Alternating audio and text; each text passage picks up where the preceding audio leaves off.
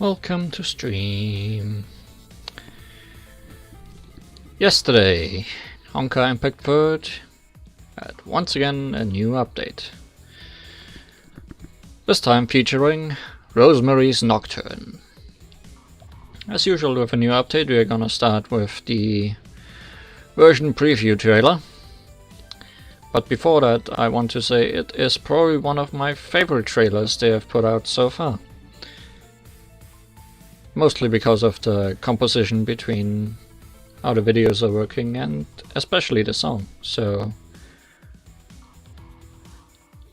let's get into that.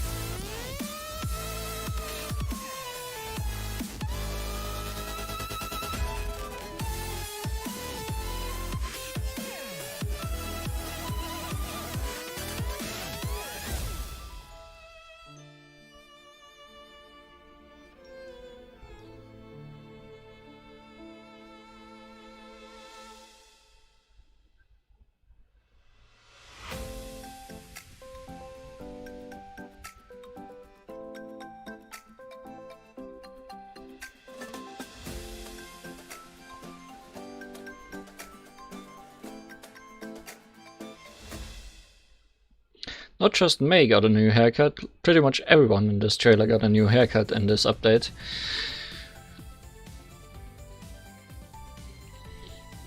So, yeah. The first part of the trailer was, as you probably can tell, the main storyline, which we'll be looking at some other day. But today, we're going to be looking at Rosemary's Floriograph, which features Rita's new battlesuit, Rosemary's Nocturne. This is a very interesting battlesuit, because while it is a strong S-rank battlesuit, if someone is a great hoarder like me, they can get her for free. So let's do that to start off the stream.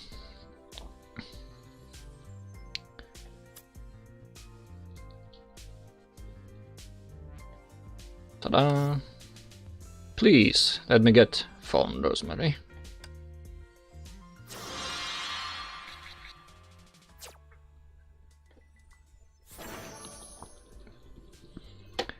Much better than gachaing for her.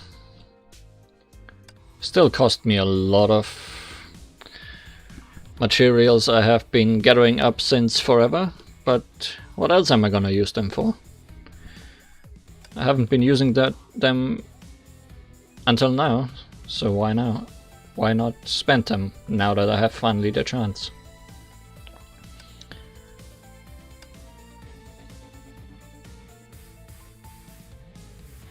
She's quite a cool design. Not sure how often I'm gonna use her. Especially because she's mainly focused on strengthening other electric type Valkyries, at least until I get her to double S rank. But It's good that we have her at least. So let's see what her story is, shall we?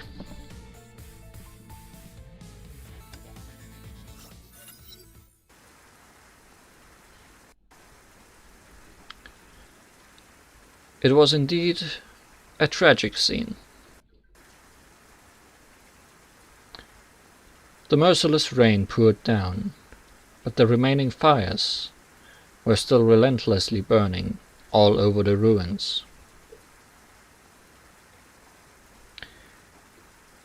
The building that was once called home had been wrecked and was almost unrecognizable. The bright full moon in the sky was witnessing everything, cruelly and soundlessly.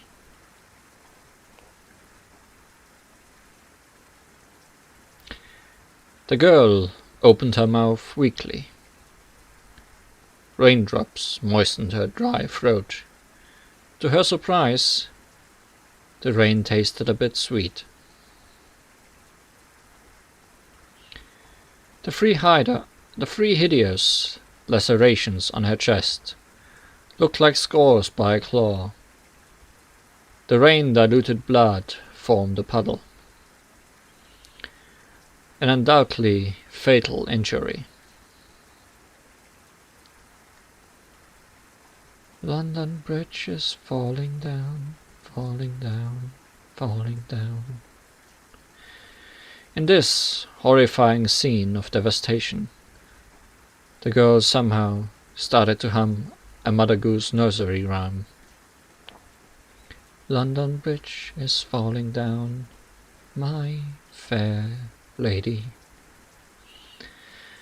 The air was filled with the odors of mud and ash, and the scent of a certain type of plant being slightly burnt. The girl knew this scent. Build it up with iron and steel, iron and steel, iron and steel. It's from a flowering plant named Rosemary. Its bloom has a soothing fragrance. Build it up with iron and steel, my fair lady. She and Joey would never forget the taste of the burger patties seasoned with rosemary made by their big sister. Sis, Joey. The girl who had accepted her fate of death realized a reason to live. She struggled to raise her hand to the moon.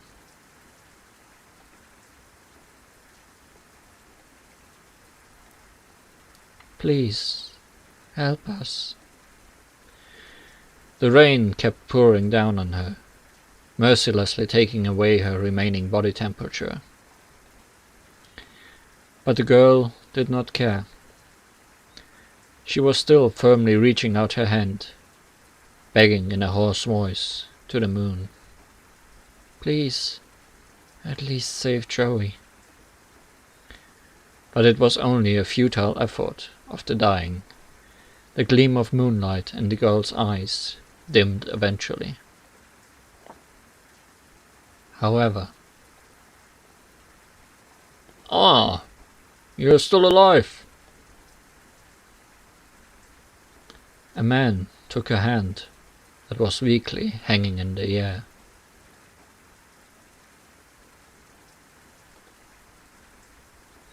Her vision was already so blurred that she could barely see anything, but for some reason the man's face was clear. She knew that face, but it became strange due to the regret, contentment, loss, anger, and some other emotions on it.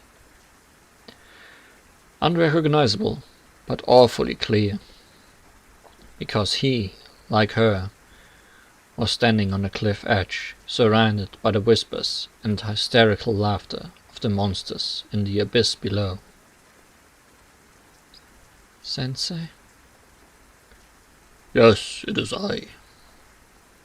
Thank you. You're still alive. Thank you. I'm so sorry. So sorry. She didn't know what he was thanking her for. He immersed himself in emotions, repeatedly begging for forgiveness. My sister, is she? She's fine, and her leg injury is getting better. You will get better too, I promise. This obvious lie somehow put a smile on the dying girl's face. No need. I know my own body. There's no hope for me at this point. I'm sorry. If only I could find out earlier. But he knew what already happened could not be undone. No need to apologize, Sensei. I won't forgive you anyway. The cruelty of her words was conveyed via her weak voice. I resent you as much as how I used to trust you. But if you are determined to save someone, please. I promise. Save Joey. Save Joffrey. The man responded without thinking, but the sincerity in his words could be heard. Keep your promise, Sensei. It's a promise, and also a curse. Ah, I will. I promise to let him die as a human, even if it means I have to exchange my soul with the devil. I promise. The man repeated, as if he was trying to leave his weakness all behind. His resolution was inundated by the rain. It was hard to tell whether it was rainwater or tears of remorse on his face, while the girl whose hand was being held by him had soundlessly fallen into eternal slumber.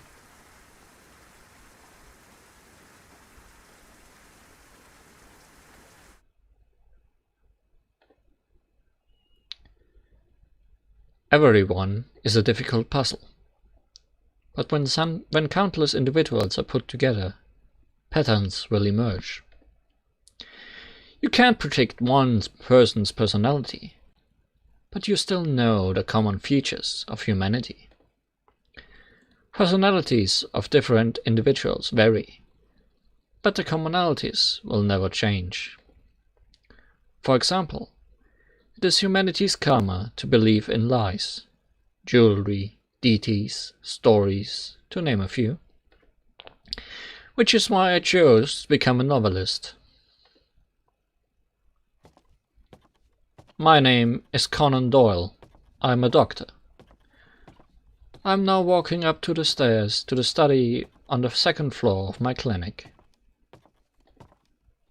I'm about to meet a very special guest, who is neither my friend nor my informant, but has just experienced a perilous journey with me not long ago. She holds intel that I failed to decipher, after all. It's about the disturbing serial killings that took place in Saint Fontaine, the desolate city. Though my investigation has unveiled the ins and outs of the incident, there's still something disquieting about it. I finished the 17 steps that led up from the hall to the second floor, swallowed hard, and reached for the door handle.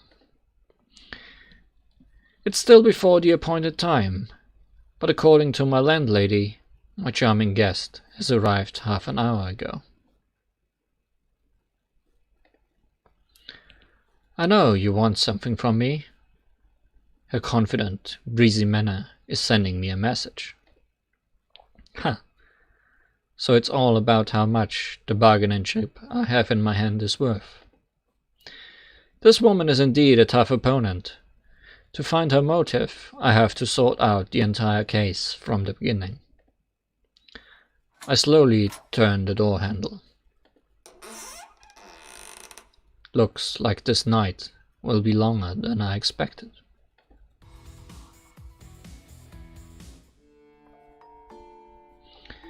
Welcome to Fallen Rosemary's theme story. Waiting for you ahead is an uncanny serial murder case, and the even more uncanny truth behind it.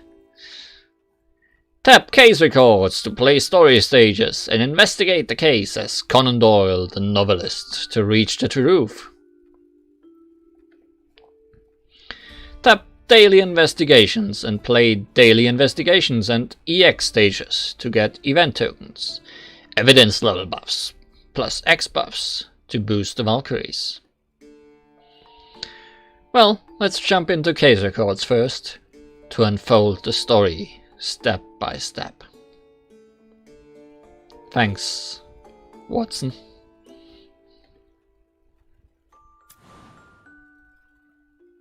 Oh my, that's a lot.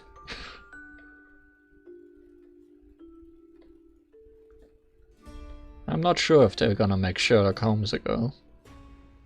Especially because we have the author, Conan Doyle, as our character. But I guess we'll find out. Right. Rosemary? Guess that's just the things Aichan talked about. Let's look at the Prelude.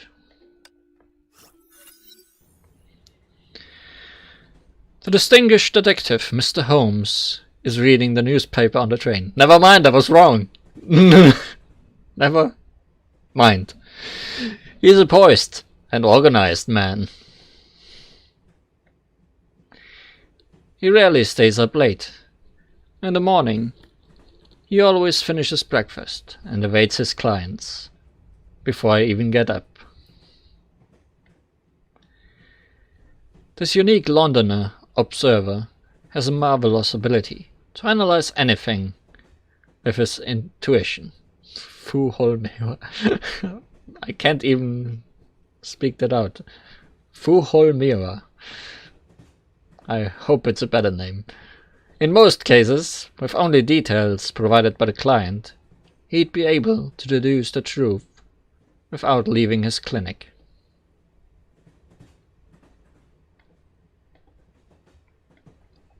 Of course, for those occasional tricky cases, he would also go out to investigate. And now, the renowned Mr. Detective is outside London, which makes us all wonder. What inexplicable case awaits at the end of this train? I, Dr. Watson, will be leading you.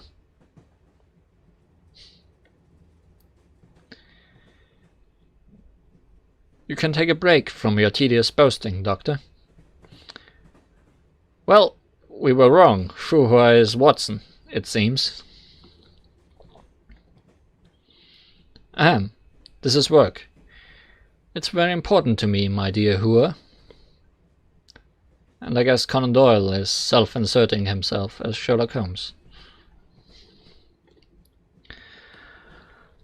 How could you call someone's work boasting? I think it's necessary to correct your ignorant opinion.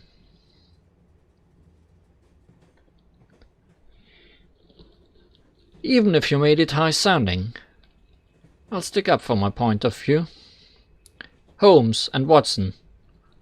Why would you use such strange names for characters in a biographical novel?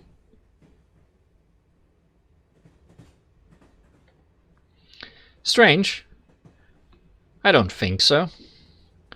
I think they're great names that complement each other, just like you and me. If you say so, Doctor. But I still have some questions. Why do I feel that this Mr. Holmes in your novel is like a composite of my personality and your mind? That's just a literary adjustment. Nature, alas, made only one being out of you, although there was material for a good man and a rogue. There are in me the makings of a very fine loafer, which would not make a very charming male character. I'm glad that you are at least self-aware. One last question. My nationality. I don't think you showed respect for me when you made me British in your story without my consent. Of course I respect you and your enigmatic culture, my friend, but you don't know the dilemma I face. You have to understand that it is quite unorthodox for detective stories to include East Asian characters, who are generally believed to be somewhat magic in the Western society. Please don't take it as a cultural prejudice. But it sounds exactly like a cultural prejudice to me. Come on, what do you expect me to think after I saw you smash a thick wall with your bare hands? Fine, I'll let you have this one. My name is Conan Doyle. As you can see, I'm a novelist. But other than this, there are another two distinct roles that I take on in my life. My clinic at 221B Baker Street has always been quiet. This so-called main profession of mine can barely pay the bills. Which, though sounds pitiful, does not really bother me, as I have sources of extra income to support my interests. My partner and flatmate seems to be famous among the Scotland Yard inspectors. This connection offers opportunities. We provide consulting services for the inspectors as a detective duo. I'm the brain, and Hua is the muscle. For each case solved, our clients get all the credit, and we get paid handsomely. We have sold a myriad of cases so far. Hence, more and more commissions are entrusted to us by Scotland Yard inspectors, and even individual clients. In contrast, my clinic business is getting worse. I once asked Hua's opinion on the reason for my clinic's failure. Restrained and taciturn as she is, she always gives highly perceptive and insightful answers. If she were a patient, would you choose a clinic that is frequently visited by police officers? She said. She does have a point. In my spare time, I'll write down my adventure stories based on the cases I solved. Mrs. Hudson, my landlady, found the manuscripts and posted them off to a publisher without consulting me. Unexpectedly, these stories became hugely popular after publication. Hence, I became a novelist as well. You can see it from here now. Hua's voice interrupted my thoughts. I looked out of the window in the direction of her gaze. At the end of the plains within sight, the dim outline of a grey city can be seen. It's St. Fountain, the desolate city. St. Fountain, the same city post-Honkai Odyssey takes place. Maybe we'll see what it looked like before getting destroyed. But it's already desolate, so who knows. Had it not been for the unexplained cataclysm happened 5 years ago, it might still be a lively holiday resort. Never mind, it's already done in, I guess. In the city, Old Moortown and Mausoleum of Sa'ad on the Table Mountain had witnessed the ancient Mustang era. The Portuguese fort at the Cape of Good Hope used to harken back to the age of maritime exploration. The Victorian-style Governor-General's office was complemented by the 17th-century Baroque-style Dutch wine museum. Well, all these spectacular views no longer exist. Today's St. Fountain is a dead city with severe Honkai pollution. Or Honkai population, you could say. The Honkai energy spawned countless Honkai beasts rampaging around the city. To prevent the disaster from Lab 42 of Schicksal Imperial Institute spent 3... What? There's one countless and prevent this from spreading. Lab 42 of Schicksal Imperial spent 3 years to build anti-entropy, an effective security system in the city.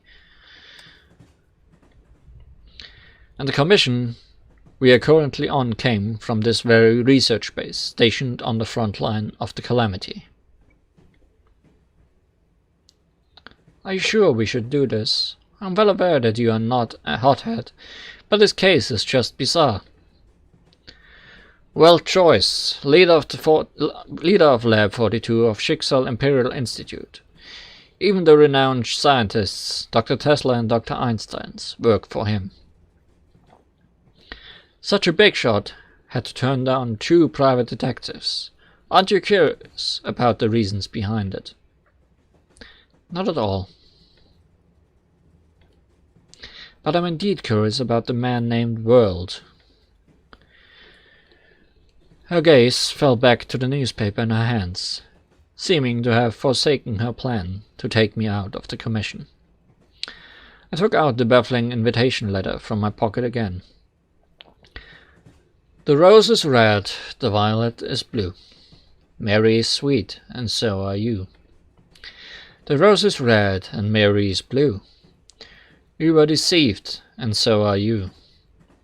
I tried to figure out the connotations of these lines, but all I can see is a love poem. There's another message written on the back of the letter, by the sender.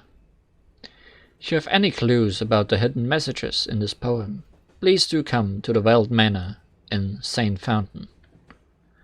I await your arrival. Weld Joyce. The paper of the letter is a standard product made in Europe. It should be common stationery in the Institute. Though the handwriting was deliberately scratchy and messy, it's still apparent that it was written by a female.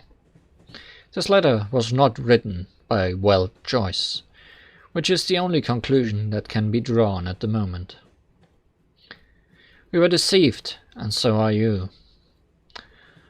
I was absently reciting the last line of the poem when someone in the corner of the carriage caught my eye.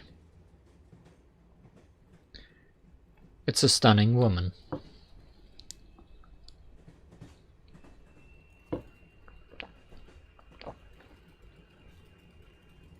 Quite stunning.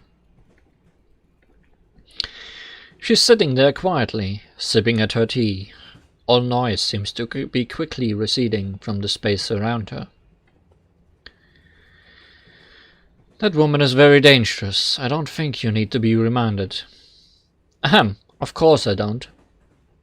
I gave a little cough to cover up the fact that I was fascinated by her for a moment. Actually, the fact that a retired female opera singer is on a trip to a dead city alone is already very suspicious. Retired opera singer? My partner finally put down the newspaper. Indifferent as she appeared to be, she actually has a strong curiosity. What is your deduction based on this time? Clothing? Deportment? Or... It's her breathing. The way we and the vast majority of people breathe is called thoracic breathing. While singers of most music genres normally use thoracic abdominal breathing, except for opera singers, who use abdominal breathing to make their beautiful voices be heard against the symphony without loudspeakers. Abdominal breathing relies on the lower abdomen to control the breathing and make it deeper and longer. It's not a skill that one can easily master. This woman's caught my attention from the moment I boarded this train. She effortlessly uses abdominal breathing at all times, which is uncommon even among opera singers. Oh, I see. You've been checking on her since you boarded the train. No need to explain. To explain is an attempt to cover it up, which validates my assumption. Go on, I'm listening. And finally, her acting skills. Acting skills? Yes, her tears were presumably part of her acting in response to my self-talk that she picked up. And even I was aware I still lost a heartbeat when I saw her tears. Who would have such wonderful acting skills? Except for one of the leading lights in the opera world. Am I right, Miss Irene Adler?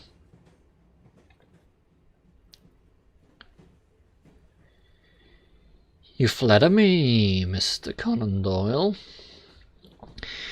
Even though few people have seen you in person, your name will live forever with the stories of homes you wrote. While I'm just the back number of the stage after my value has been fully exploited, I will soon be forgotten.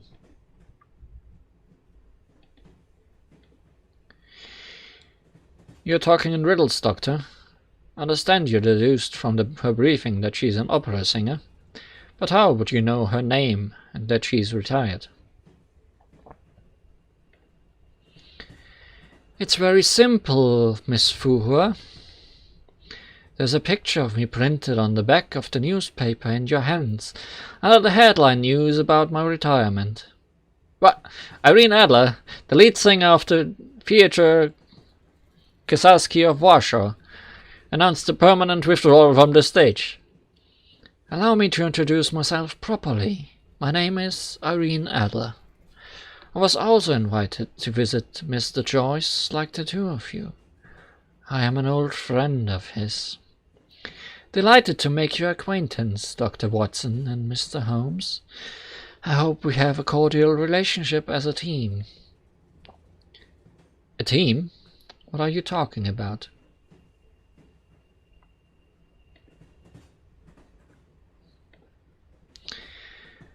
The beautiful woman stood up and bowed her head to us. Meanwhile, the train started to slow down. Cesarski, okay. Which means we'll soon arrive at our destination. Saint Fontaine, the desolate city.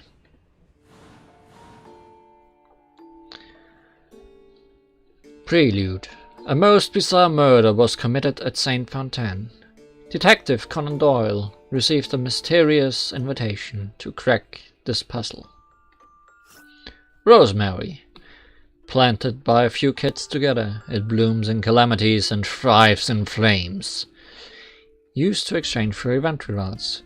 Natural flowers wither easily, but the flower of the soul blooms for eternity.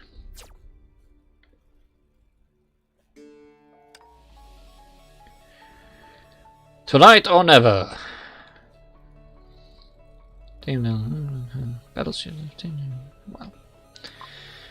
Well, as it happens to be, Rita Rosewine's Flown Rosemary stigmata set is Irene Adler, which boosts all kinds of elemental damage.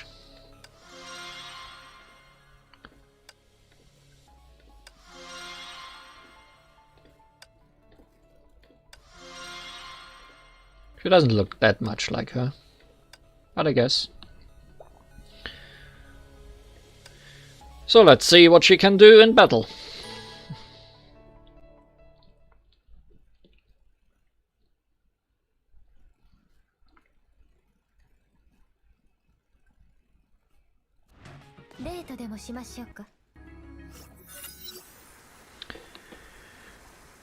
When we walked out of the station, it has already become dark. This is strange. I was told someone would come pick us up at the station, but there is no one here. This isn't right. It's not like we arrived late. Besides, the day is still early, but it's already so dusky. Is this normal in this city? It's said to be a result of the cataclysm. Since 4 years ago, the city's been shrouded in constant heavy rain that blurs the boundary between day and night. Impressive. You're indeed well informed, Mr. Doyle. You flatter me, Miss Adler. I just did some research on the train. It seems no one is coming to pick us up. Do you have their contact info, Doctor? Unfortunately, no. They have been very circumspect. It's always been them reaching me, never the other way around. And the Veld Manor does not show on the map. Don't worry, Mr. Doyle. This is not my first visit to Mr. Joyce's manor. I can lead the way for you and Miss Fuhua.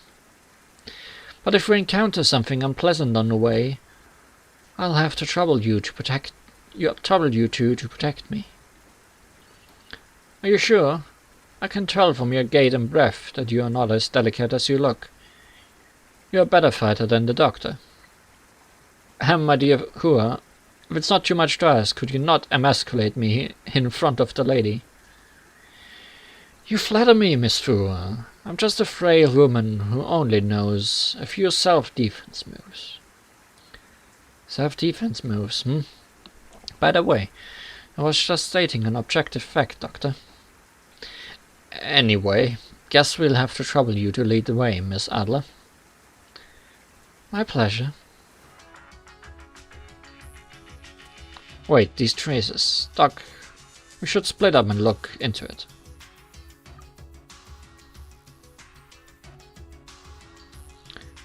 Well, this is definitely the fountain from Saint Fountain. And it's not as destroyed as we know it from post-Honkai Odyssey.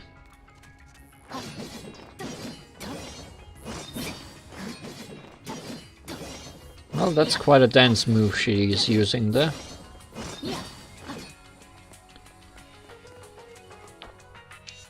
Some giant creature left marks here.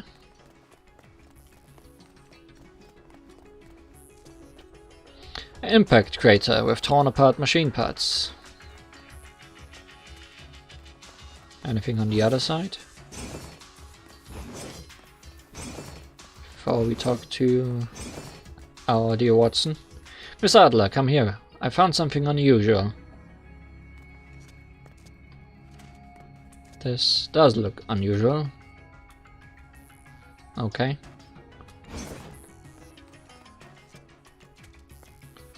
Pieces of blocking device. Someone was attacked here. And that someone is us.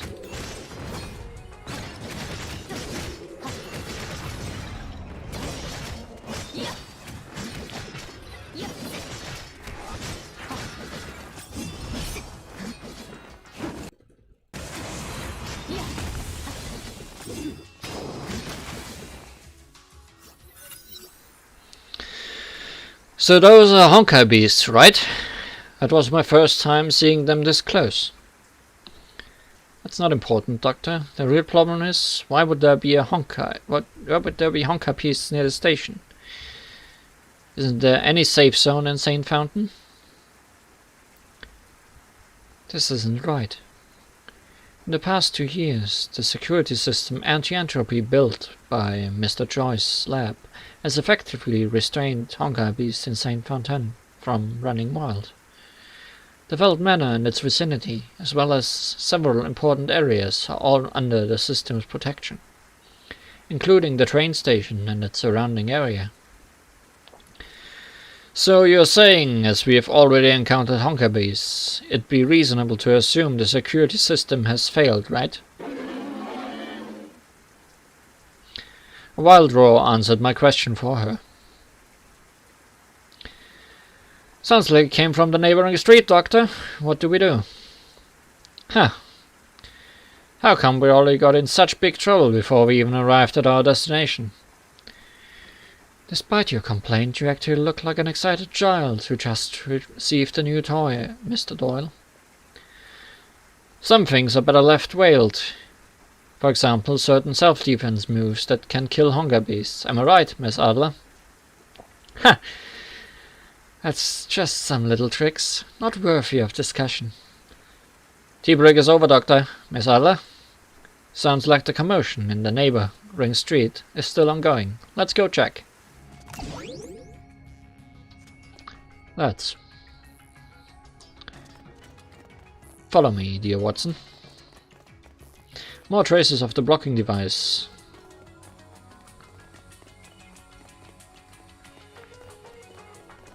Oh, hello there.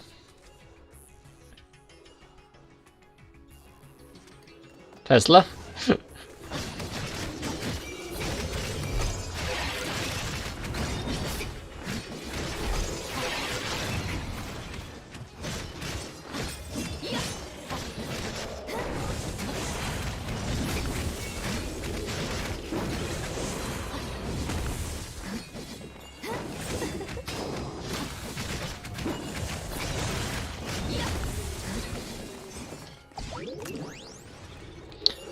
Excuse me while I ultimate you.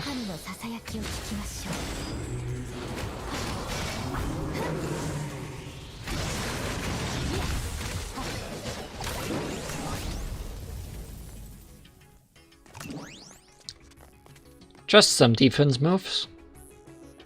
Nothing that could hurt anyone. No, no.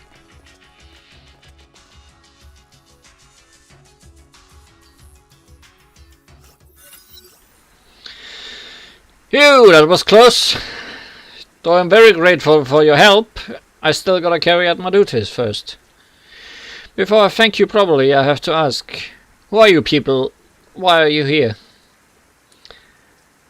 I started to observe this young lady standing in front of me. She's undoubtedly a beautiful woman, who wears her fiery red hair in 2 ponytails, with one on the side. One each side. The aggressiveness and alertness in her eyes are slightly counteracted by her aura of exceptional intelligence. I've never seen a female with such forceful and imposing presence in my life. She's simply the exact interpretation of the adjective confident, which reminds me of some rumors about someone. I'm honored to meet you, Dr. Tesla. What? The red-haired girl revealed a surprised look for a second, but she instantly straightened her face. I see. You're that novelist, wait, no, that doctor, or detective. Those are all me, Dr. Tesla, and this is my partner, Miss Fuhua. Nice to meet you, Dr. Tesla. And this lady here. Before I could introduce Miss Adler to Dr. Tesla, she already noticed the graceful figure behind me. There has been a subtle change in her facial expression.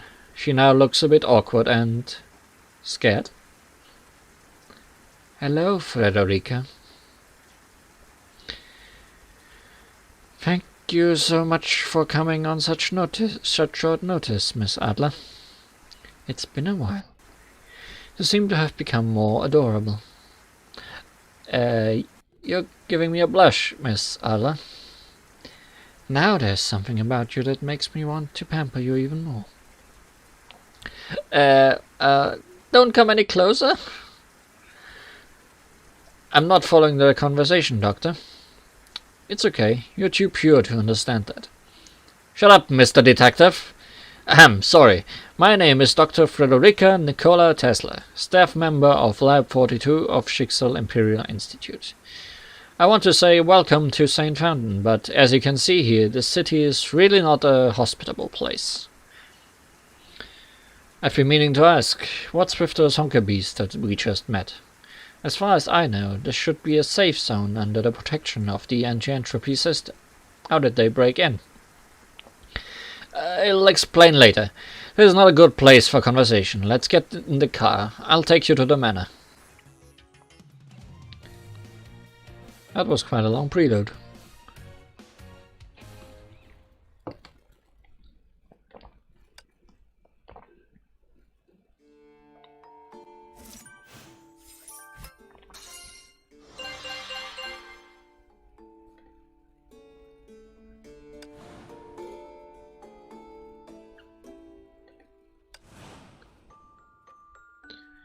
Daily Investigations is now available. Check it out.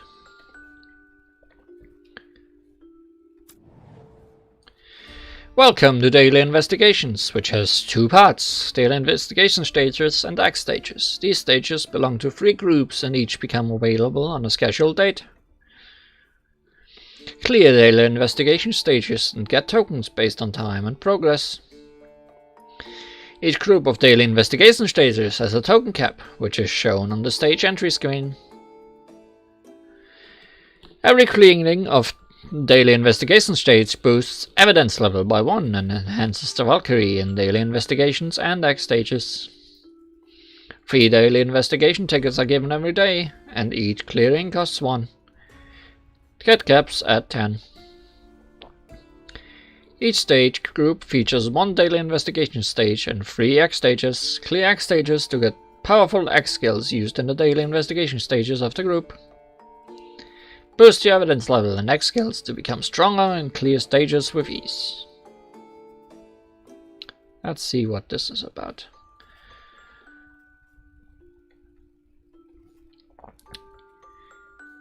Black Hole. Use this active skill to generate a black hole that pulls enemies.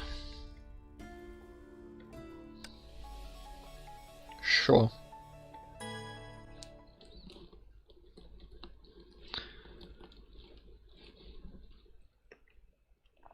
Actually, I wanted to go somewhere else, but Aichan was quicker.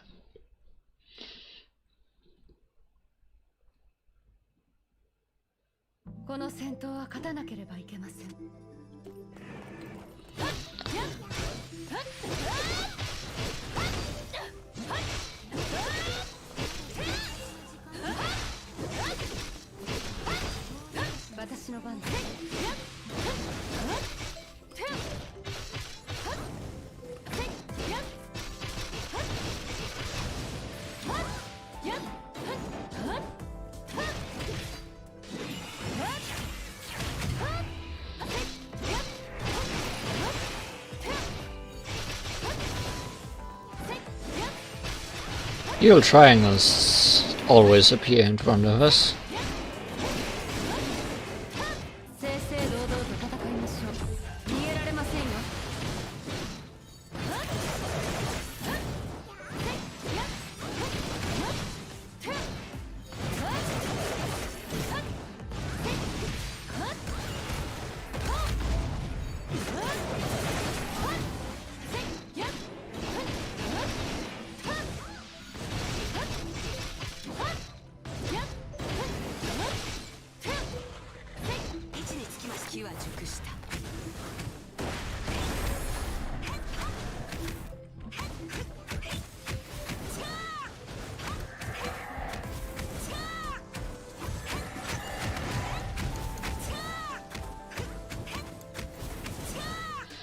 We are running out of time,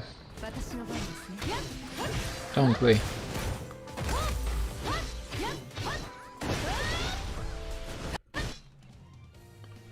But I guess that's not the worst.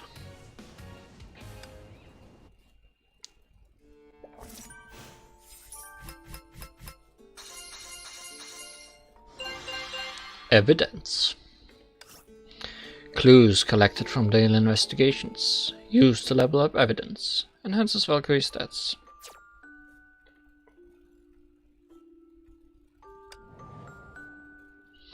New X stage unlocked. Clear them for powerful X skills used in daily investigation stages.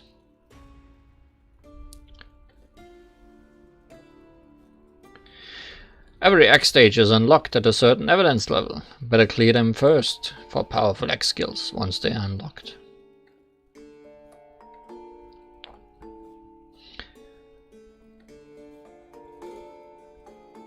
Okay. I didn't use Black Hole. That was probably the mistake I made. Also, a different team probably works better for these. Yeah, sure.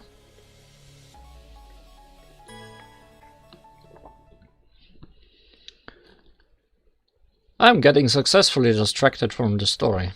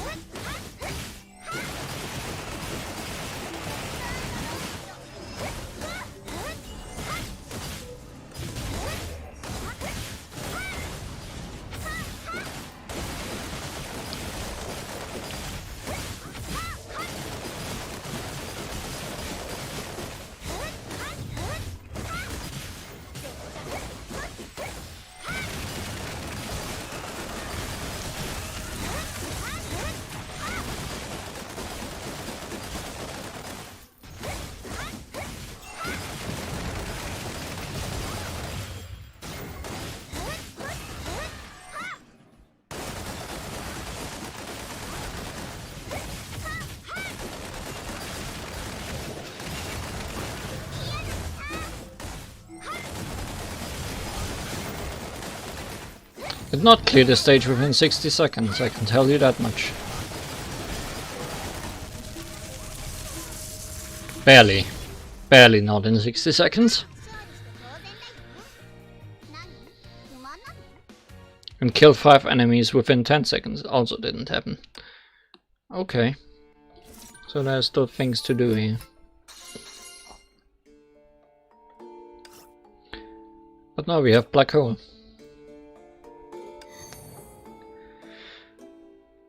Sure. Congrats on clearing the X stage and getting an X skill that can be used in the same group daily investigation stage. Every X stage features 3 challenges. Collect certain numbers of challenge stars for awesome rewards. Okay. Well, our goal is to clear all the stages and reap all the rewards. We'll be back. I wanted to go to the tutorial. Actually.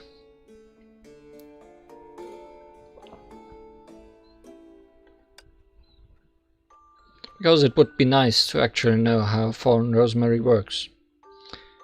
Cast 1 ultimate.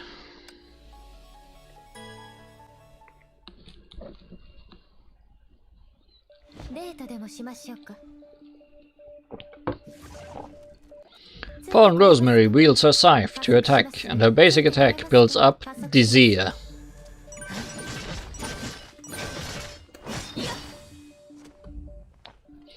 Stack enough Disir to consume them using charge attack, and enter Valfreya form.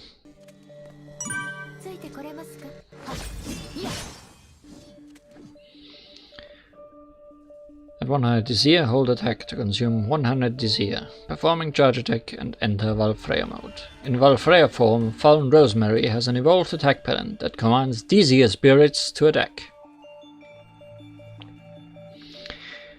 Disir spirits bring various bonus effects on hit.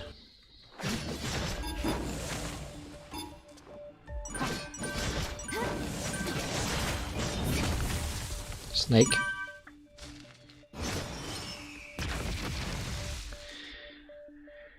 In Valfreya form, hold attack to perform AoE charge attack.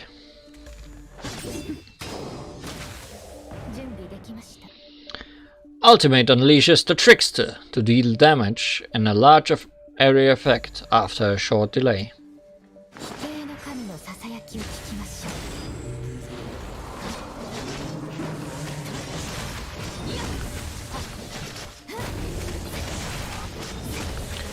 Trickster Punch.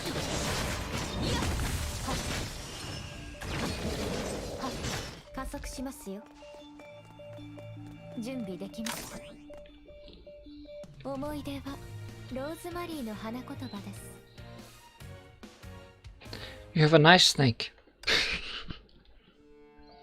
You don't need to show it to me.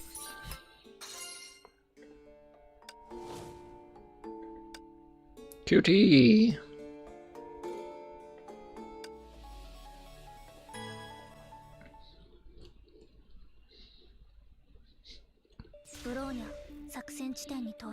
Fallen Rosemary's QTE can be triggered by ignited or knocked airborne enemies.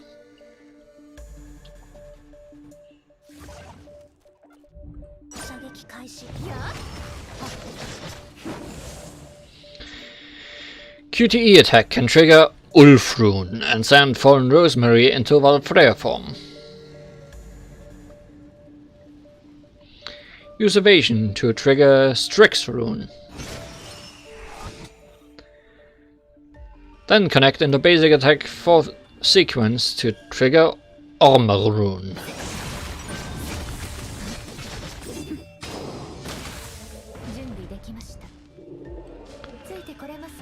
After QTE entry, use evasion attack and connect with basic attack 4th sequence to apply all 3 runes quickly. Gotta rune all the enemies. Gotta rune to ruin.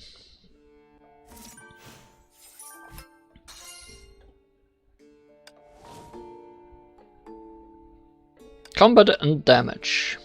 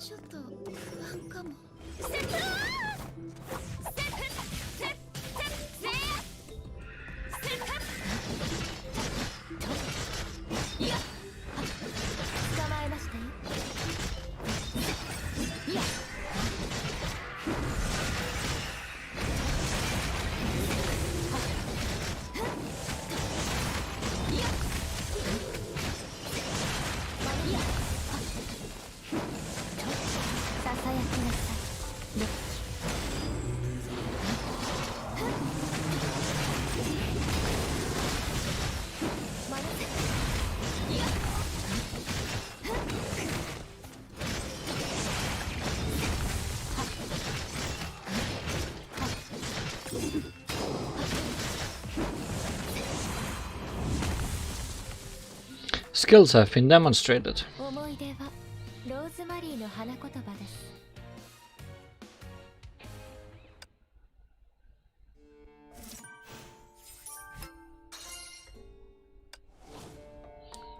And loop. One ultimate.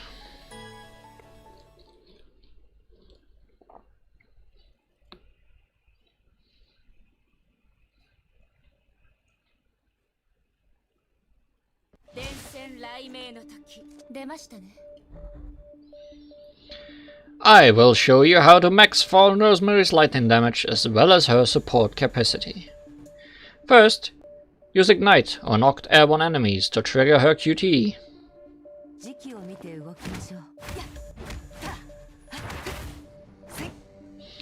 Upon QTE entry, connect with Evasion Attack, Basic Attack, 4th Sequence, and Charge Attack to quickly apply all 3 runes.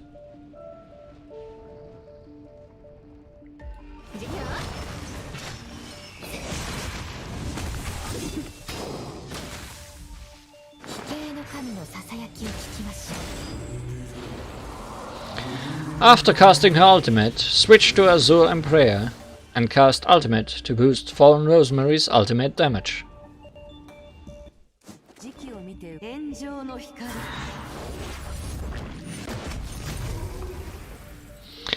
Then switch to damage dealers and burst enemies down with all the buffs. Fallen Rosemary's ultimate triggers a time fracture, which can proc Hasher of Thunder's QTE.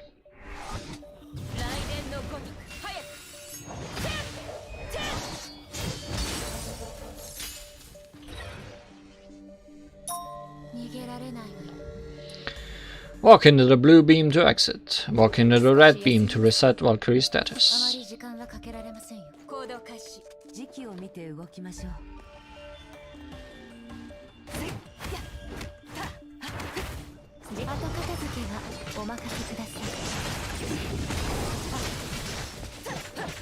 Forgot the ultimate. Oh well. The ultimates, actually. What was the reset one? You turned off the reset ones. Oh well.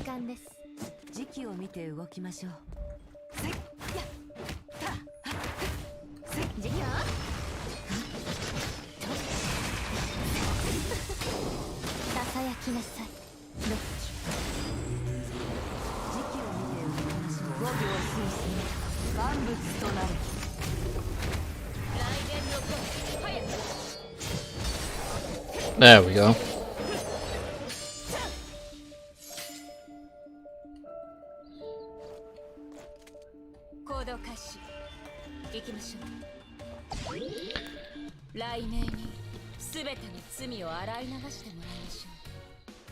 Loop has been explained.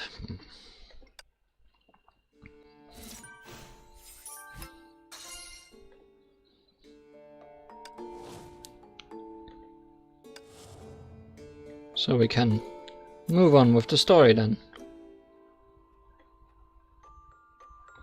I wonder how much of this we can do at once. Let's enter the manor.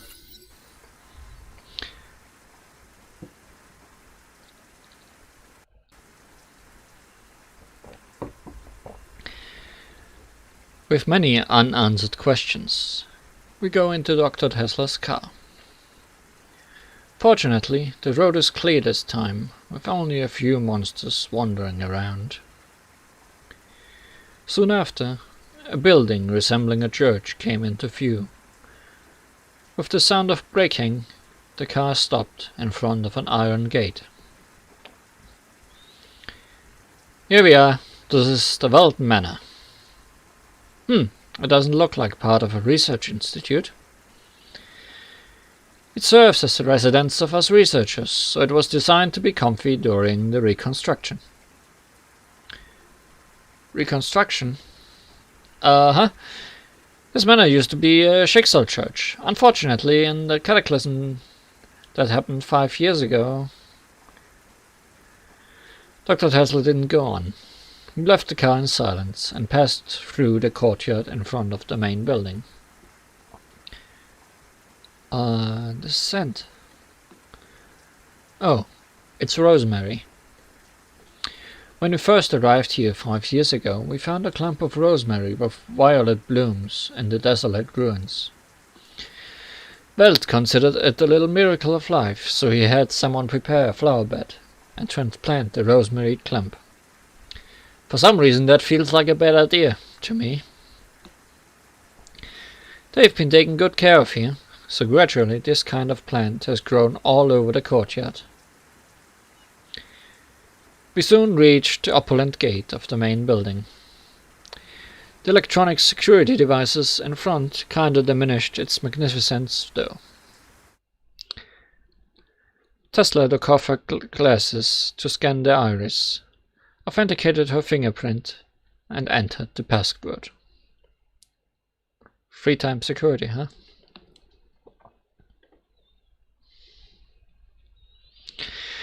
A gigantic gate opened almost soundlessly. Someone is already waiting inside the building. Hey, Moped.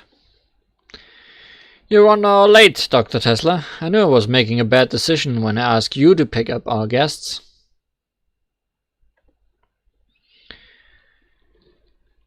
We were late because of an emergency. There's nothing wrong with my driving skill. Stop pinning everything on it. I can attest to Frederica's defense. Her driving was steady and smooth. See? Now you gotta believe me. But the girl who was addressed as Moped ignored Dr. Tesla. She turned to us with her poker face. Miss Irene Adler, Miss Fuhrer, Dr. Conan Doyle, welcome. My name is Liesel Albert Einstein. Delighted to finally meet you, Dr. Einstein. Good evening, Dr. Einstein. It's been a while, Liesel. Have you been picking on Frederica lately? What? Yes, but she failed to perceive it as usual. What? Seeing Tesla's puzzled look, Irene and Dr. Einstein exchanged a knowing smile. It seems that Irene Adler is indeed closer to the owner of this place. Now that we've all exchanged greetings, we should get down to business. Honkai beasts are strolling on the street, and countless monsters are probably approaching this building as we speak. What on earth is going on? In short, Honkai beasts entered the safe zone, and I was attacked by them on my way to the train station. What? This is unbelievable, said Dr. Einstein with a worried frown. Is the security system malfunctioning? Or could it be an act of sabotage? The system has 3 pivot nodes. Unless they all fail at the same time, it's impossible for Honkai beasts to enter the safe zone. That's not gonna happen. We've been giving the system regular maintenance. As for the possibility of sabotage, the nodes can withstand attacks of Honkai beasts below Emperor class. I don't think it's possible that 3 Emperor class Honkai beasts happen to attack the nodes at the same time. I agree. Honkai beasts do not possess such intelligence, so... Moped? I hope I'm being paranoid, Dr. Tesla. It's not like we have never seen supernatural monsters suspected of having intelligence. You mean that phantom? Phantom? Please don't mind it. As a scientist, I shouldn't talk about the supernatural without convincing evidence. This topic ends here. Dr. Tesla and I will investigate the cause of the safety system malfunction ourselves later. Please rest assured that the Manor's defense system is sufficient to ensure everyone's safety. Anyway, Doctor, I assume that you have some important questions to ask, don't you? Oh right, I almost forgot. After all those unexpected incidents and news, I took out the baffling invitation letter from my pocket again. I can't wait to meet Mr. Joyce and ask him how I could help him. It might be an illusion, but I think I just saw a flicker of unease in Dr. Einstein's eyes. I'm afraid it won't happen. Huh? Dr. Einstein's voice remained emotionless, but her words turned to be shocking. Well, Joyce, or the owner of this place, is dead.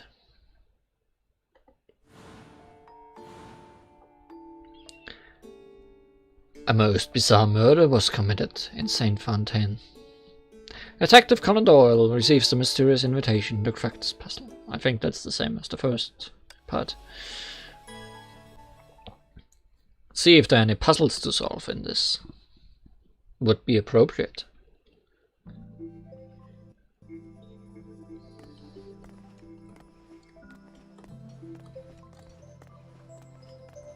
You won't talk to me, Fuha? Oh well.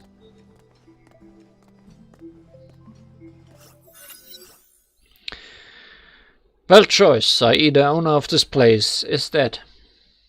Dr. Einstein's voice remained emotionless, but her words turned out to be shocking.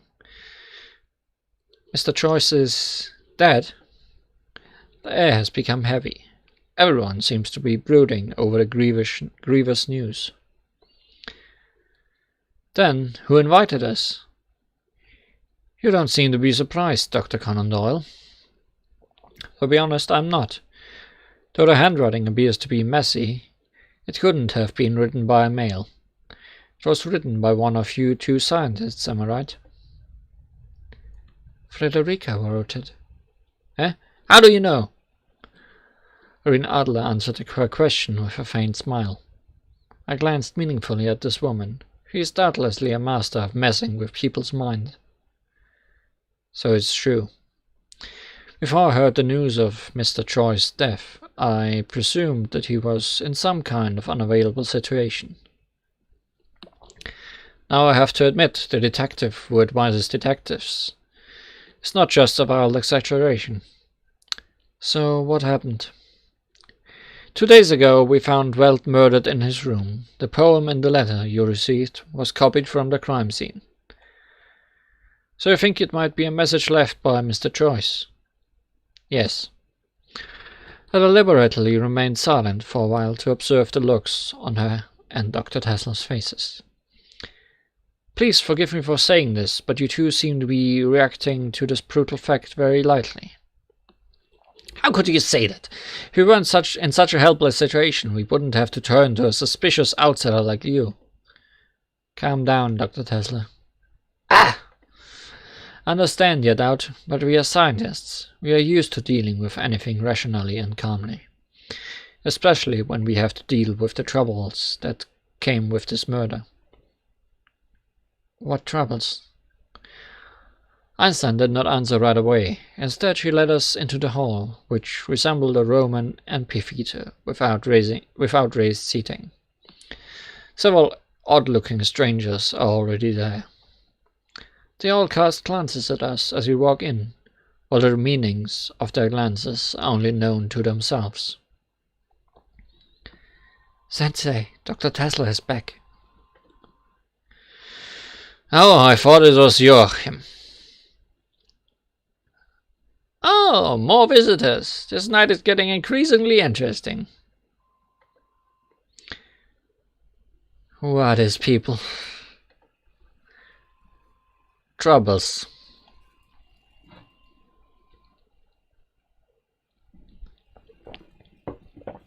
Yes, they seem troublesome to me. Why are they here? For the legacy. The answer makes so much sense that I couldn't help but whistle. Tesla rolled her eyes at me, while Fuhur gave me a stern look. The woman with a mask is Chacal, and the one in a cloak is Raven. They are the young lady's tutors and bodyguard. So they're your colleagues? Poof!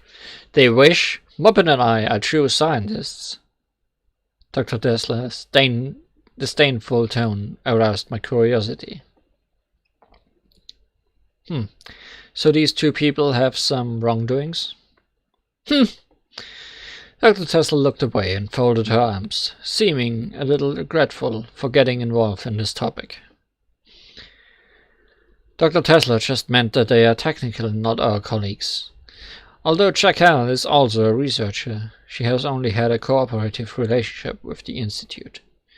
As for Raven, I heard she used to be a mercenary, which is the only thing I know about her. I see.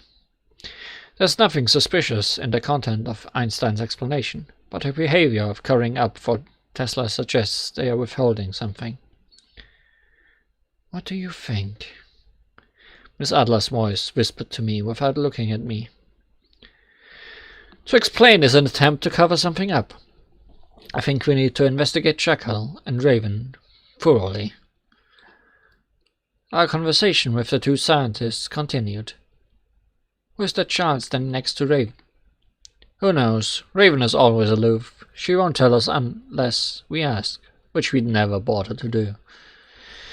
Her name is Sora, that's all I know. At this moment, I noticed that a small figure, who was the last stranger in the hall, silently walked to Einstein. And this boy is... Einstein and Tesla exchanged worried glances. His name is Geoffrey Choice. You can call him Joey. Choice?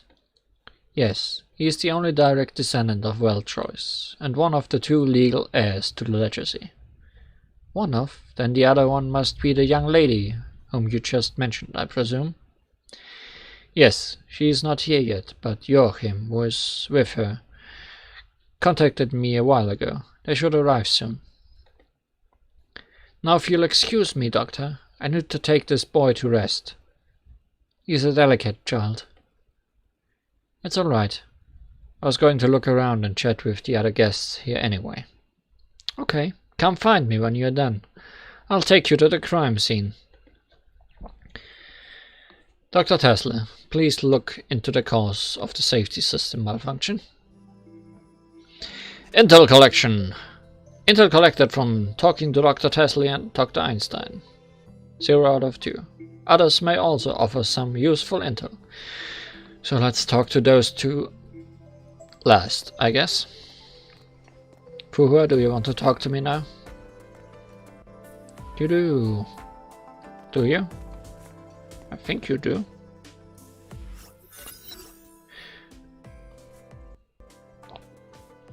What's wrong, Hua? Lost in thoughts? Failed security system, the murder, and the upcoming legacy dispute. This case is much knottier than I expected. But we only need to investigate the murder. The rest is none of our business. We? Though you seem quite confident when you claim to be one of us, Miss Adler, I wouldn't cross you off of my suspect list. Oh? I thought we were already bosom friends. And so it's just me being naively silly. Of course we're friends, it's just... I constantly warn myself that the emotional qualities are antagonistic to clear reasoning. Then what is your plan at the moment? Jekyll and Raven, I think they're worth some of our time. Be careful. I have a feeling that the woman named Raven is dangerous. Don't worry, just watch me dig out some intel out of her with my silver tongue. I'll help you when things get out of hand, Doctor.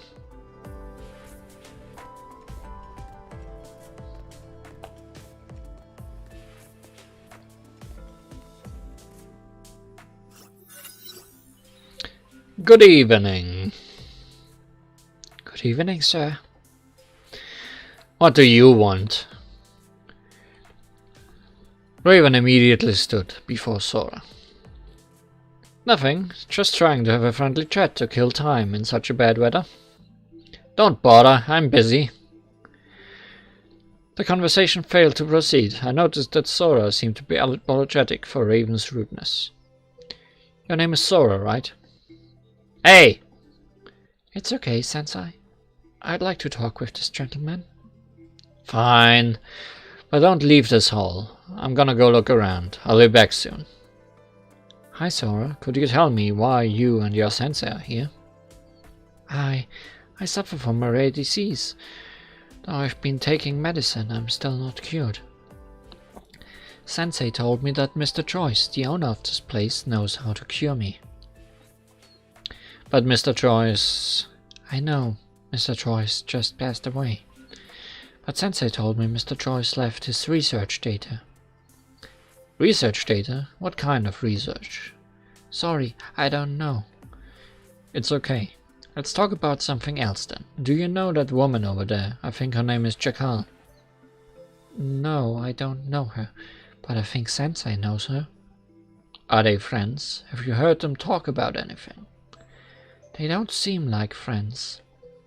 That woman taunted Sensei when she saw me. What did she say? She said, "Are you trying to make amends?" Make amends? The next moment, Raven came back without a word. Her reticence is telling me that the conversation is over.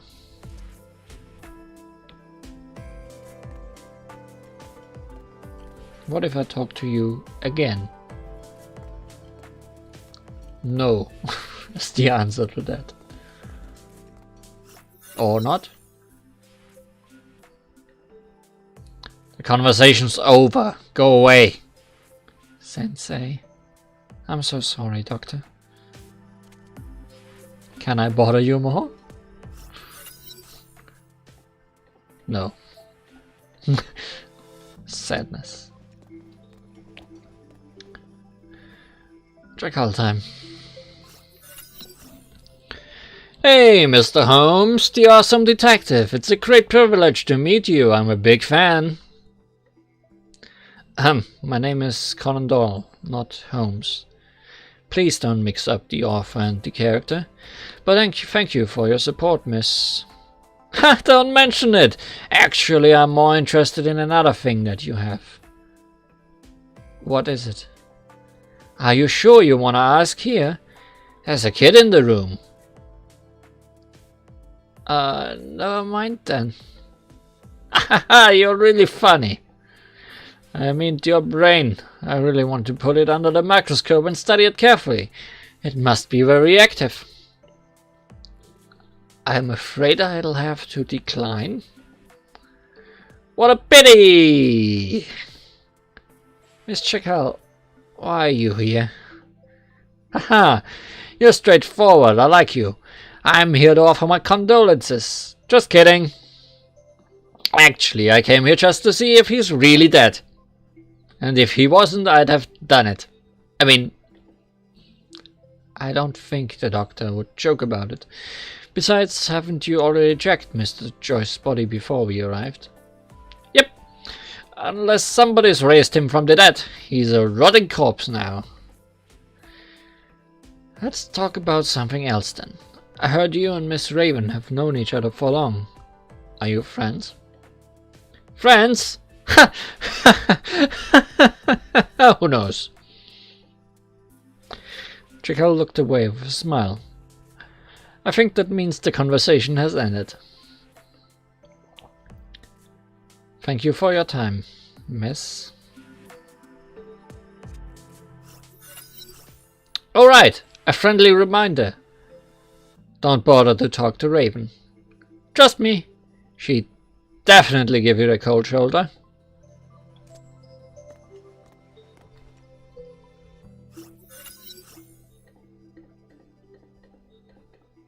Very cold. Very cold. Joffrey? Joyce? Joey? No? No?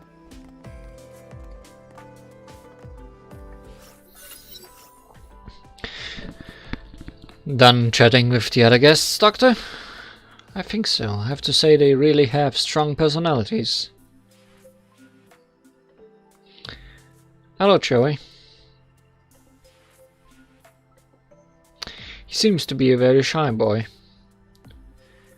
Please don't take it personally, Doctor. He's always like this. Even in front of Dr. Tesla and I, whom he has known for a very long time, he barely talks. I lowered my voice to make sure this little boy couldn't hear me. It's okay. Even the most outgoing child wouldn't want to talk to the strangers when their father just died. Thank you for being so considerate. He's known you and Dr. Tesla for a very long time, you say. Since you started to work for Mr. Choice, perhaps?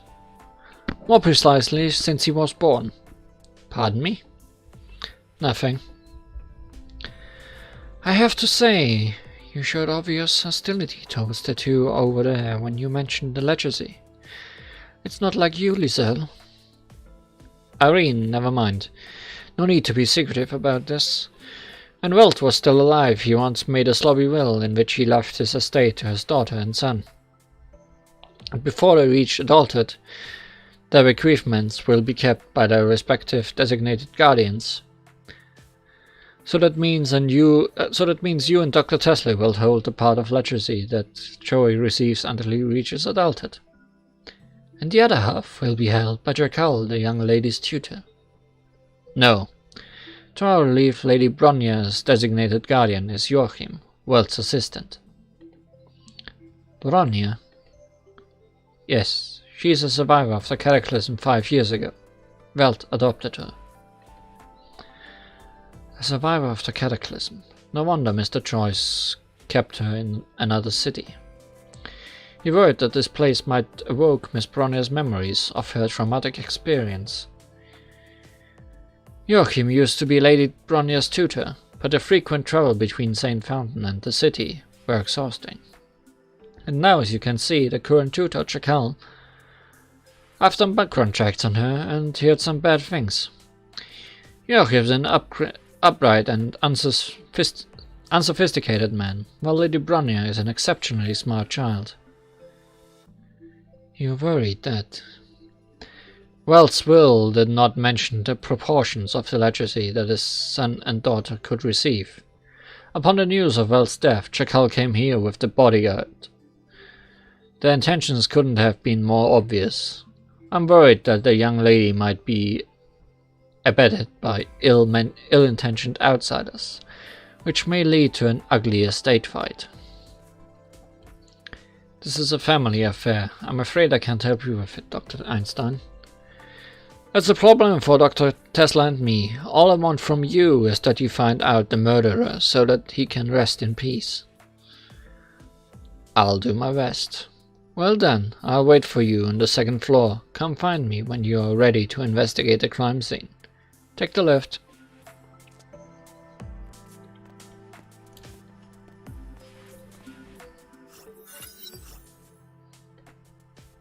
Good evening.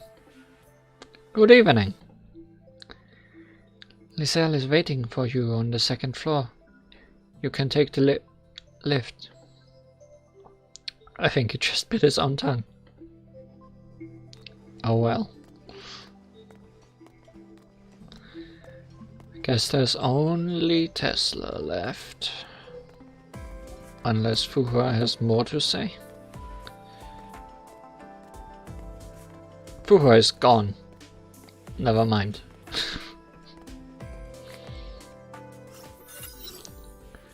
Oh, it's you.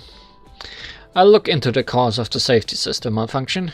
You focus on the message he left. Any new findings? At the moment, no. I knew it. Detectives are more like unreliable snoopers. Anyway, you do your best. See you.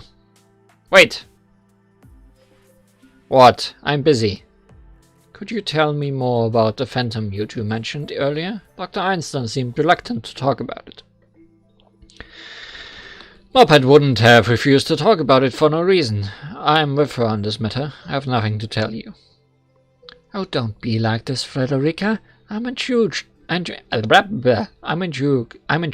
to learn about this phantom too.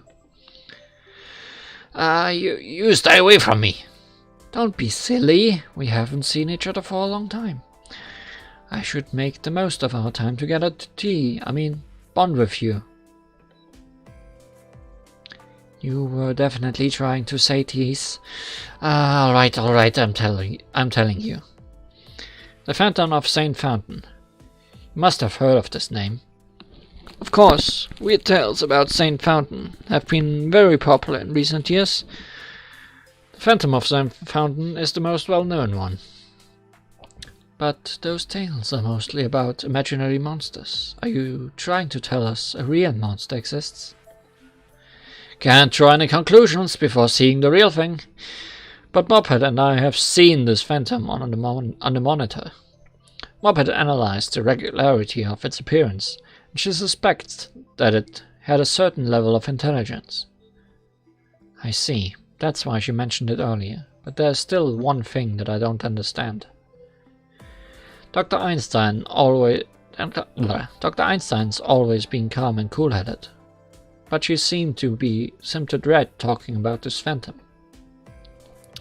Yes, to avoid this topic, Liesel even resorted to the lame excuse scientists shouldn't talk about the supernatural without evidence. Don't you ever feel strange that this place has very few staff members? How did you mention it? Lab Fortitude pursues elitism. It has only 4 researchers, including Welt, his assistant Joachim, Moped, and me. But an elite Valkyrie squad has been dispatched by the Schicksal Imperial Institute to assist us. So where are they right now? No one knows. A week ago they went on a mission and lost contact ever since. What was the mission about? Capture the Phantom of St. Fountain, based on the location conjecture by Moped. Alright, you got what you wanted. In exchange, I'd like to borrow your partner for a while. Now that the security system has failed, I'm a little worried about the 2 who haven't arrived. I'm going to the train station again to pick them up, and check the nearest pivot node along the way. I see. I'll tell who about this. My dear Frederica, if you need a bodyguard, I'm pleased to go with you. No thanks!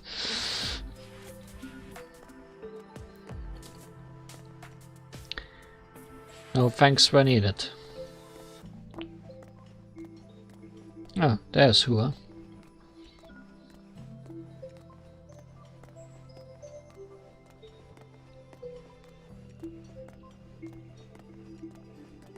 Still no talking to Hua? Or is it? Dr. Einstein is waiting for us on the 2nd floor. I told her about Tesla's request. I see, but after I leave with Dr. Tesla, what if something happens to you? You can leave your doctor to me. I'll protect him. Ladies, I know I'm a writer rather than a fighter, but I'm not that weak and fragile. I've been practicing the Baratitsu moves that you taught me. Please have a little faith in your student, Hua. Alright then, be careful.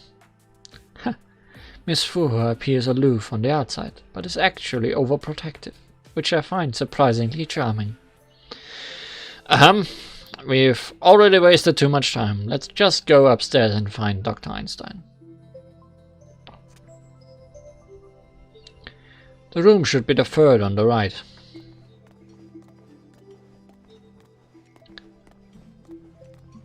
Does that mean I can look at other things?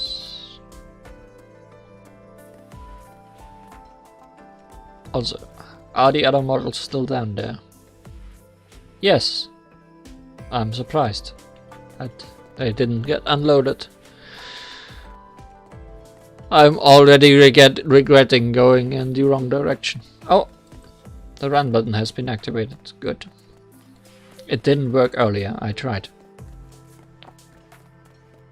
This room definitely belongs to Dr. Tesla. A lot of weird stuff can be found here. Can't go in though. This should be Dr. Einstein's room. Clean and orderly, just like herself. A standard guest room, furnished just like a hotel room.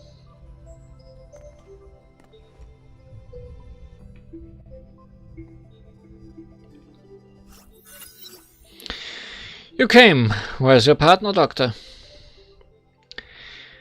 Dr. Tesla borrowed her. I think they're off to pick someone up. I see. This is the crime scene. Let's get in. Get in!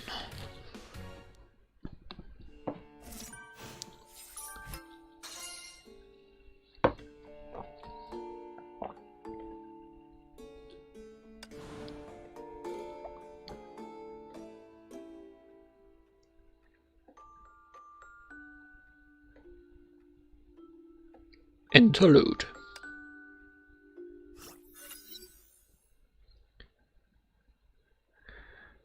The woman did not panic when the sudden darkness fell.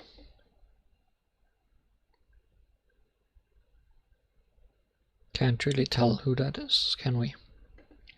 It was the last mistake she made. The darkness was a cemetery specially prepared for her.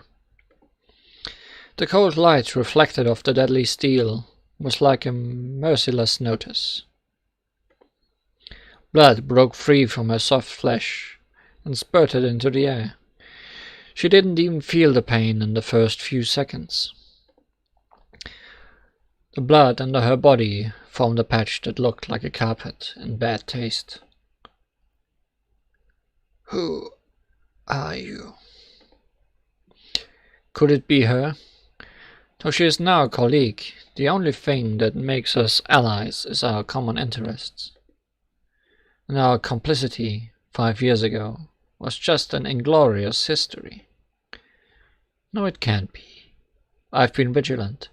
There's no way she could stab me from the front. And who could it be? Who could have been trying to kill me? That was the furthest her level-headed thinking went. The rapid loss of blood gradually froze her mind. She raised her head with her remaining strength. Then she saw that figure. It was her death. It's you. They're right. You're still here. Why? Blood welled in Jackal's throat and interrupted her, though her voice was already so weak that no one could hear. Her death smiled cruelly. The sound of footsteps approached. Her death bent down over her. Who are you? Grey serpent. She bitterly uttered her last 2 words and closed her eyes forever. Lightning flashed and thunder rumbled. The death disappeared in the dark. A soul faced its final curtain.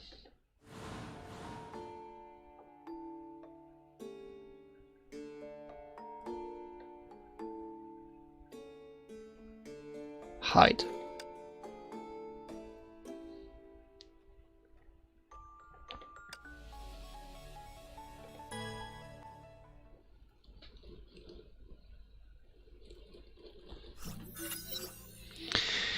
It's an elegant but not excessively luxurious room. The second I entered this room, I smelled a pleasant fragrance. Everything here is neat and tidy, except the 2 alarming pools of blood on the floor. 2 bloodstains? I turned to Miss Adler's perplexedly and met her puzzled eyes. Apparently she had noticed as well. Do you want me to tell you the details of the murder? Thank you, but I won't need it for now. There's nothing more deceptive than an obvious fact. Before I hear the facts from you, I'd like to see the scene with my own eyes first. Einstein nodded, and soundlessly stepped aside. May I watch you investigate the crime scene up close, Doctor? As long as you don't interrupt my work, Miss Adler. I certainly won't. Alright, now let me try and find some clues hidden in this room.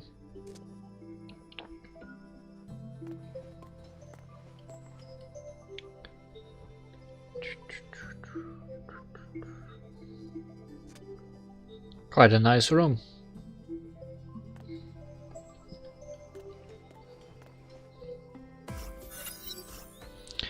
There are indeed 2 major bloodstains at the scene of the murder. One is on the ground next to the desk, and the desk and the back of the chair were slightly splashed with blood.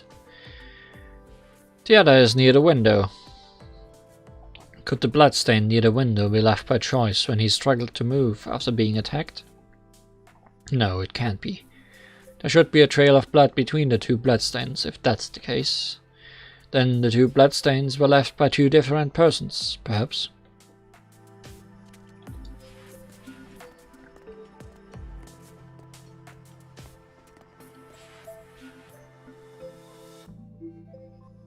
Nice look outside too. The window and the door are the only 2 exits.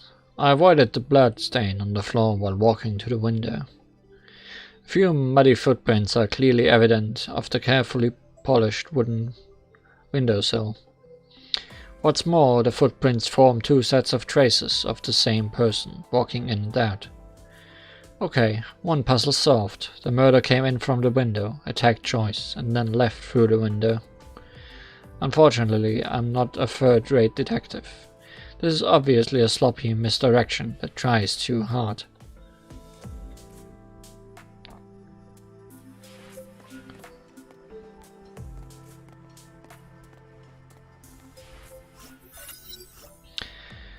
There are various documents in the drawer of Joyce's desk. I'll leaf through all of them. They are mostly research logs or drafts about Honkai energy research. I tried to look for hidden clues in the words and formulas using common decoding techniques, but found nothing. Then a draft written in messy handwriting caught my attention. It's mostly research-related drawings and calculations, but there are some strange words scribbled in the margin, which seem to be written down absent-mindedly. It's been going on for a month. I think it's time to rule out mental fatigue. Psychiatrists can't figure out why either. Why do I keep having the same dream? Why do I keep seeing that girl? And why is she always so mournful? Some researchers have reported similar experiences too. Obviously it's not because I'm insane. So many years of investigation finally started to pay off. Maybe soon? The handwriting stopped abruptly, as if the writer of these words was interrupted.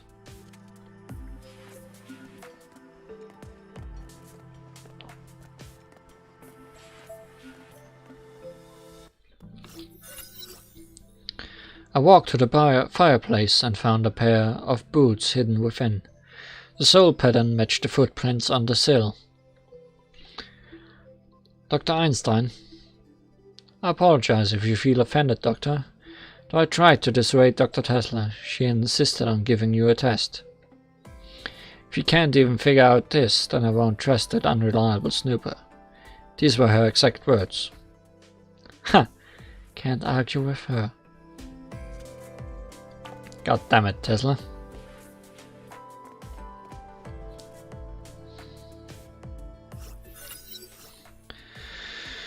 A photo of 2 people. A man with a gentle smile is resting his hand on the shoulder of a boy in a velvet chair, who closely resembles him. I immediately recognize that the man is Welt and the boy is Geoffrey, Welt's child, whom I just met. A sweet father and son photo, but there's something about it that looks a bit unnatural to me. Geoffrey's eyes are dull, as if he's half asleep, and the big soft chair seems to be completely supporting him. He looks much less alive in the picture, even compared to his timid look in the hall just now.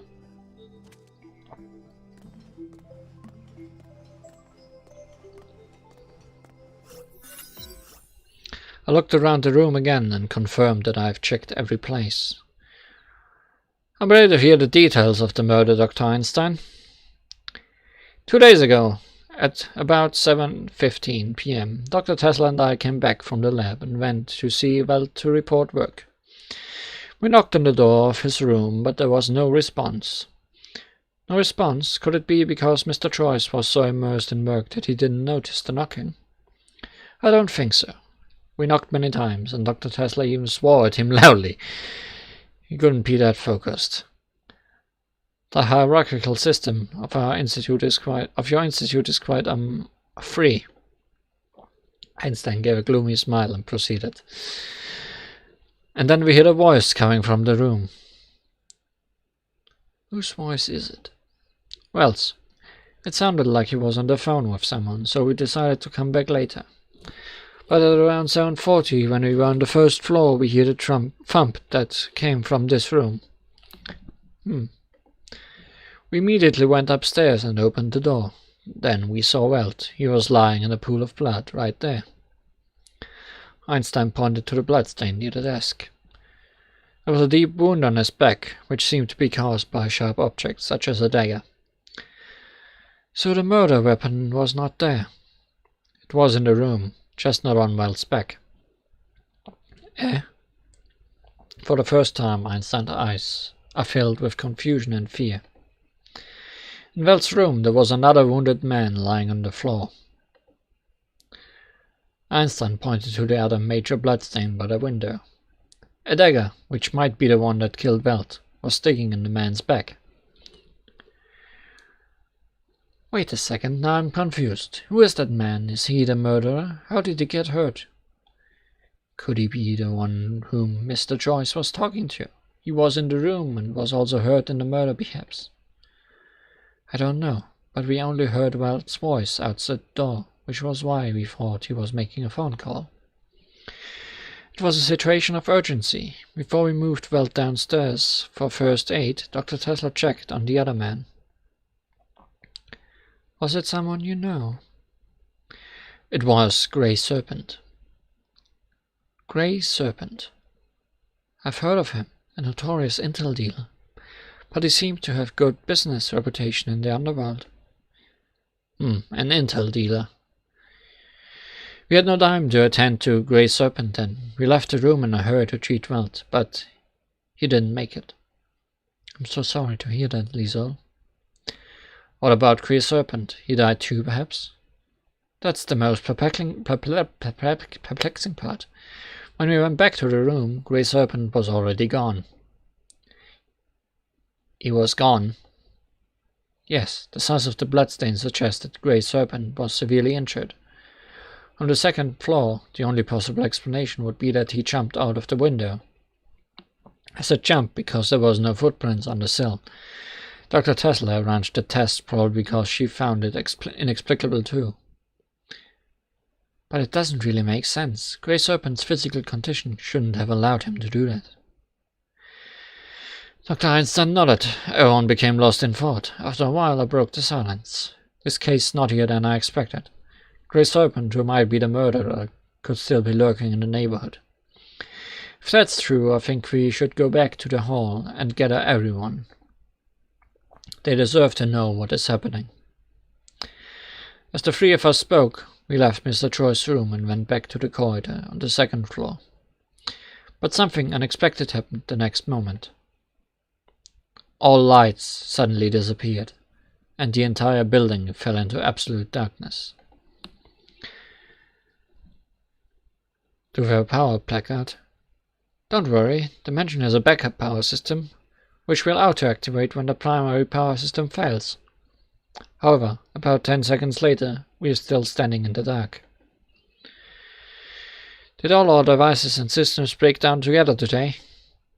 I don't feel good about this, Liesel. I can be entirely coincidental.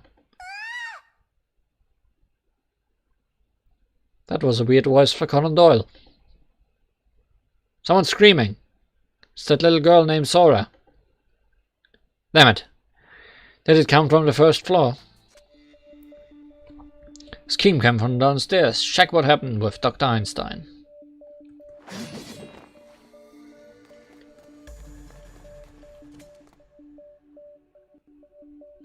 It's Raven and Joey. What's she doing by Joey?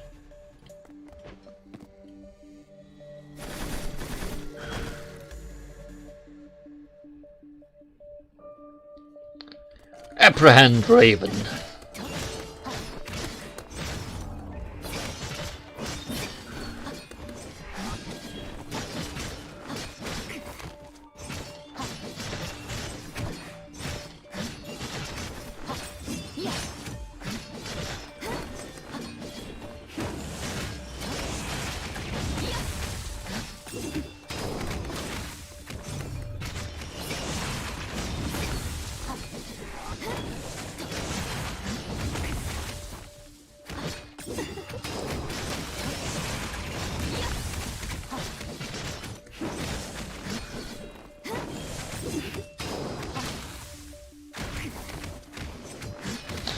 Someone, what are you doing? Miss Fuho is back. Should ask Miss Graven. Stay the hell out of my way.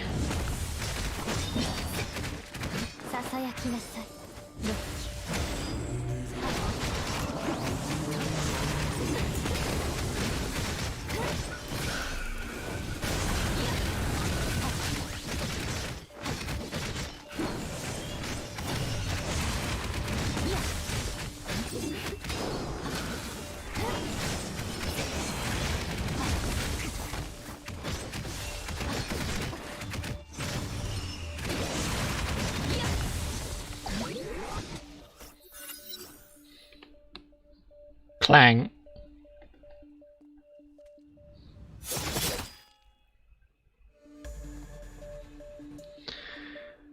The fight continued in the dark, because the people in the fight were too immersed to hear that. Guess I'll have to settle this the hard way. I can tell from the shouts that the one who just joined the battle has the upper hand against my attacker. The next moment, just like the unexpected arrival of darkness, the light suddenly came back again.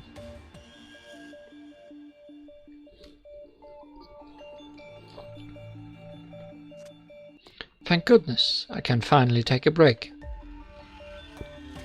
Sora! Sora! No response. I looked around, but didn't find Sora. Which one of you took Sora? Where's she? Calm down, Raven. Miss Adler and I had been investigating the crime scene on the second floor before the blackout. Sora's scream was a few seconds later after the blackout. Then we went downstairs and met you. We had no time to take her. As for me, I just came back here from the outside. What happened?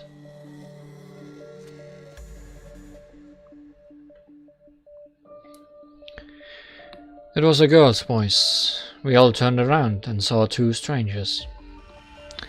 One is a petite silver-haired girl, and the other is a middle-aged man with a scholastic temperament. Hi, Bronya. Hello, Miss Adler. You're here for my father's matters, I presume? You say the undrilling happens, but there's still a drill on the back of her head. Oh, so she is the young lady. And you must be Dr. Conan Doyle. Bronya gently pulled the middle-aged man towards her. Allow me to introduce ourselves. My name is Bronya. I'm Veltroy's adopted daughter. And this is Joachim. He's my guardian and my father's assistant. Joachim reached out and shook my hand. His hand was dry and strong. I smelled a pleasant smell when near him. I can tell he is a conscientious man, but for some reason he seemed aloof to me. Nice to meet you. So Dr. Tesla took you... where's Dr. Tesla? When we came back, the gate was open and it was dark in the building, so Dr. Tesla went to repair the electricity. The gate was open? Alright. If anyone took Sora away, they must have left via the gate. A dark shadow flashed by before I even finished talking. It was Raven, who just made haste to walk to the gate. Raven, wait! Stay out of my business. Do you want another fight? No, I'm just trying to remind you that this is a huge mansion. Sora might still be in here. If I were to take away a child, I'd choose to hide in this building for now, rather than running in the heavy rain. It seems that I have convinced Raven, she stayed. Suddenly, Einstein's voice came from the second floor. Is that Chakal? Her voice trembled. For the first time ever since I met her, she looked so vulnerable. Everyone looked in the direction she indicated. A woman is lying face down on the floor in the far corner of the hall with a dagger deeply sticking in her back. Rache.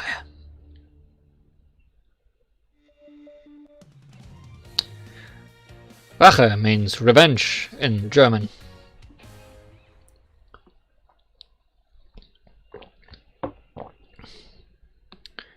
That can only mean bad things.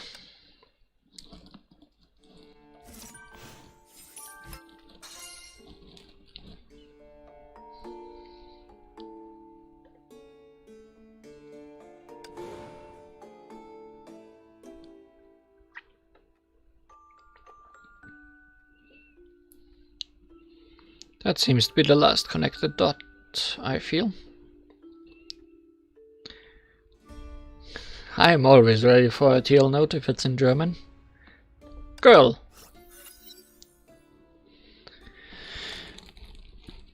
Miss Chagall is sleeping very soundly.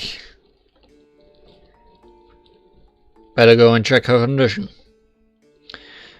Everyone, included Raven, soon gathered around Chakal. I bent to check Chakal's vital signs. She's really dead. How did this happen? Everyone went pale. Bronny turned her face as if she couldn't stand the sight. Her shoulders trembled. Joachim softly comforted her. Serial killings? Irene murmured these ominous words. Just then, Dr. Tesla came back. We updated her on the development. Dr. Einstein also came down to the first floor. What? Another victim? Let's straighten out what just happened. After Miss Adler, Dr. Einstein and I checked the room where the murder occurred. There was an unexplained blackout. At that time, the people downstairs were Chakal, Raven, Sora, and... I took a glance at Joyce, who is standing between Einstein and Tesla. His clothes have been rumpled by Raven in the melee. Now his head lolls, as if he hasn't recovered from the shock. Joffrey. A few seconds after the blackout, we hear Sora's scream. Miss Adler and I then came downstairs and started to fight Raven, who we thought kidnapped Sora. Then, as Miss Bronny arrived, Hua joined the fight, and moments later Dr. Tesla fixed the power system. So Chakal was killed during the power blackout. Einstein cast a glance at me. I know what she is thinking, and I agree with her. I have to disclose Grey Serpent's existence. Grey Serpent? Is he really lurking nearby? I have to say he is the prime suspect. Wait, the time lag between when Sora screamed and when the blackout occurred was only about 10 seconds. There must be more than one perpetrator, because it takes much longer to get from the electrical room to the hall. Actually, it could have been done by just one person. I checked the cause of the blackout. It was a simple timing device. It's sloppy craftsmanship, but it actually worked. I see. Was anyone talking to Chakal when the blackout occurred? My question led to a moment of silence. Then, to my surprise, someone unexpected did something unexpected. Joey, who had always been silent, suddenly raised his arm and pointed straight to Raven.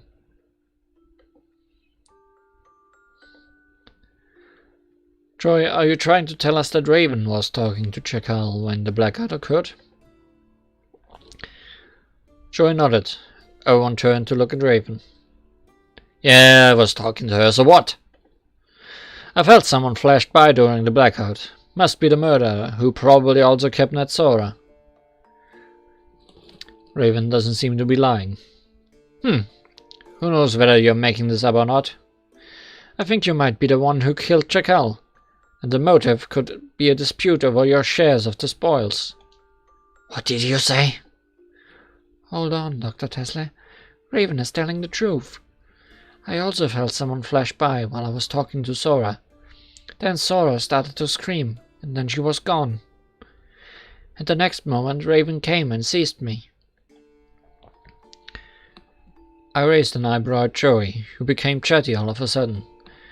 There's something about this boy that is enigmatically paradoxical. Raven's and Joey's testimony suggest the murderer isn't one of the guests. And was it really Grey Serpent who killed Chakal? But why? I was lost in thought. Suddenly a strange feeling started to encroach on my senses. Probably because the look on my face gave away my discomfort. Joachim was right next to me, cast a surprised look. Are you alright, Mr. Doyle? The strange feeling gradually spread in me, as if I was taking over my body. Everything around me is also receding. I couldn't even resist before I fell into a deep dream, in which I smelled a somehow nostalgic floral scent. idle.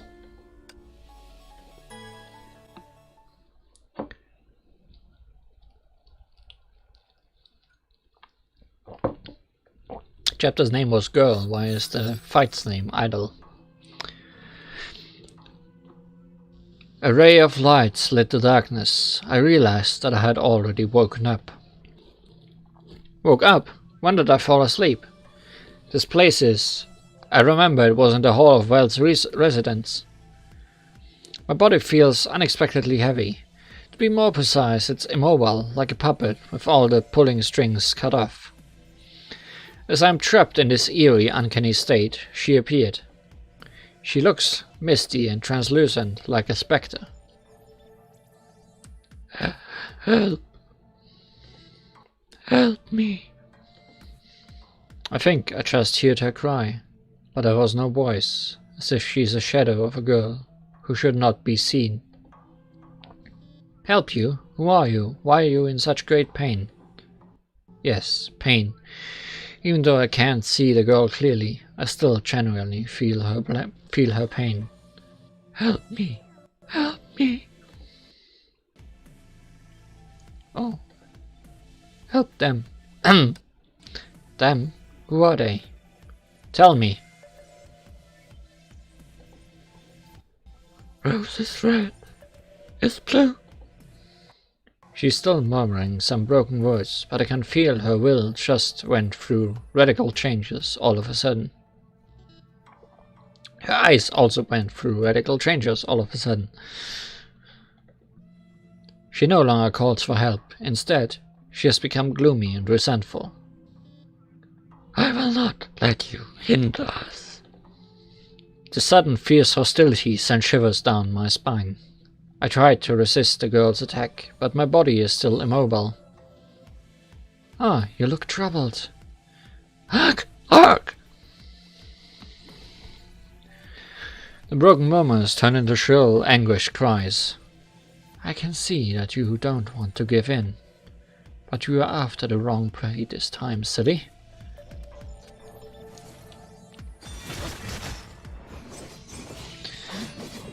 Silly, are you playing the Phantom in this story? It would fit you quite well.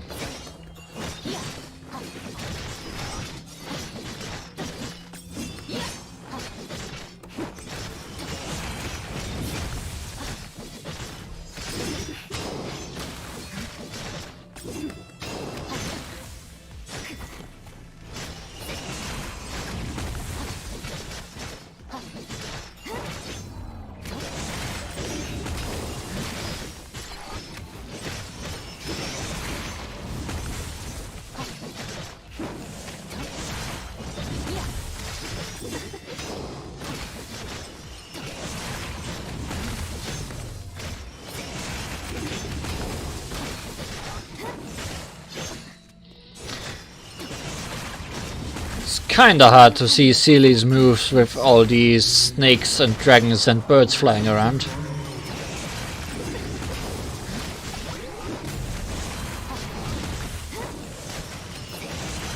Rosemary is a very busy character. Visually busy character, I feel.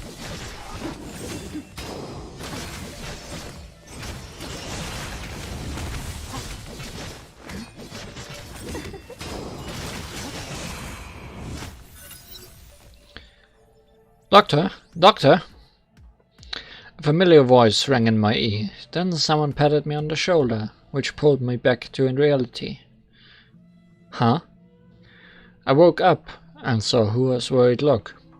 I looked around and found that time had hardly passed. What was that experience I just had? Suddenly I noticed that there is another person who's also staring at me. Heh. An almost imperceptible smile flickered on Irene's face, which reminded me of something.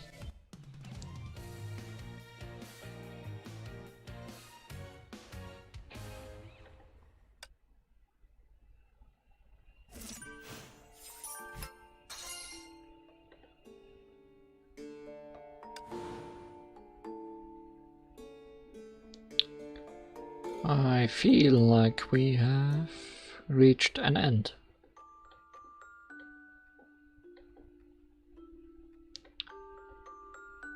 Then again, there's fragment number 3. So no, not ending just yet.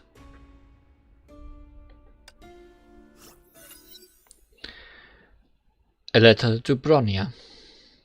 Dear Bronya, I know I just wrote you another letter 2 days ago, but I have so many things that I want to share with you. Yesterday, the leftover ground beef wasn't enough to make patties, so I made meatballs instead. The new potatoes were hard. It took me a long time to mash them. They weren't as good as the other ones you made. I think it's because I didn't add rosemary, but Troy still ate them all. I was hesitant at first, but I went to pick some rosemary anyway. I forgot to wear gloves, and my fingers got some sap. It was hard to wash off. I also made 2 sachets with the rosemary. I haven't been able to sleep for days, and Joey's been having nightmares. I think it's the side effect of the increased dosage. But the sachet made me feel better. The book is right, the scent of rosemary is soothing. Or it could be because the smell of the sachet reminded me of you, my dear Bronya. As if you were still here with me. But I'm worried the sachet might not be helpful for long. I'll probably have to ask Dr. Jekyll for more sleeping pills. It's easier to just take pills, although you have been telling me lately to take as little medicine as possible. Medicine brings side effects, and then we take more medicine to counteract the side effects. I used to question it too. Is it really treatment, or some kind of vicious circle? But the reason why we are here is because we are ill, and we get free treatment here. Sensei says people should get treatment when they are ill, and doctors will try everything to cure patients. Well, what patients should do is cooperate. Now that Dr. Jekyll has developed the medicine for our illness, we should just take it. No need to overthink. I know you've been having different opinions of the doctors lately, but we trust and revere Sensei. He believes in the doctors, so I think we should too. Besides, I can't give up. I must hold on for Joey. His condition is the worst. I must be strong for him. Joey has been receiving special treatment, but every time he came back from the treatment, he'd fall into a deep, long sleep, and he's never been able to remember the details of the treatment. I shouldn't have told you this. I'm sorry. Anyway, don't forget to take your medicine, my dear Bronya. I look forward to hearing from you. Love, Seely.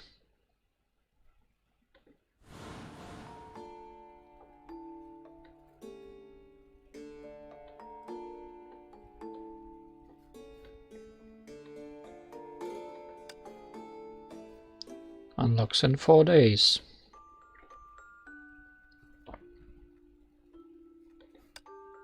Unlocks in 8 days. Yep, seems we have some things to do still, but not here.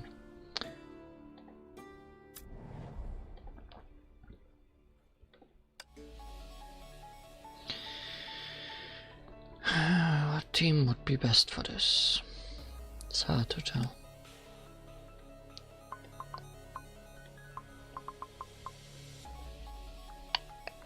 Let's try this. Why not?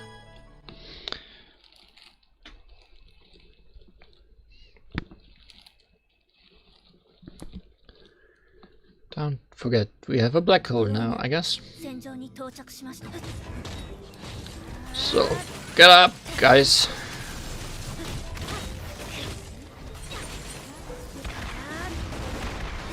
You didn't seem to be especially affected by the black hole there.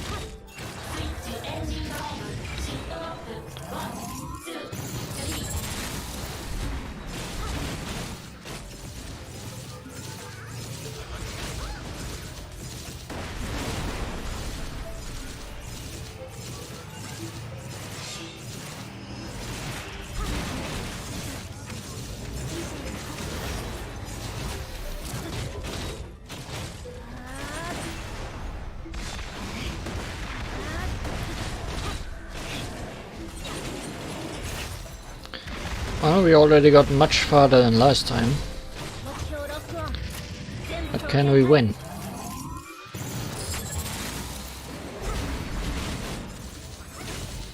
In 10 seconds.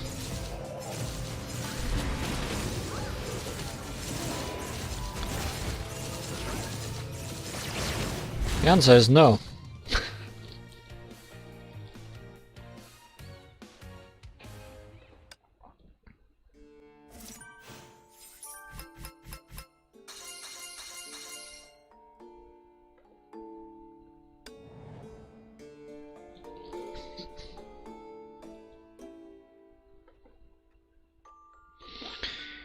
Kill stuff, clear faster. Well, we can try that.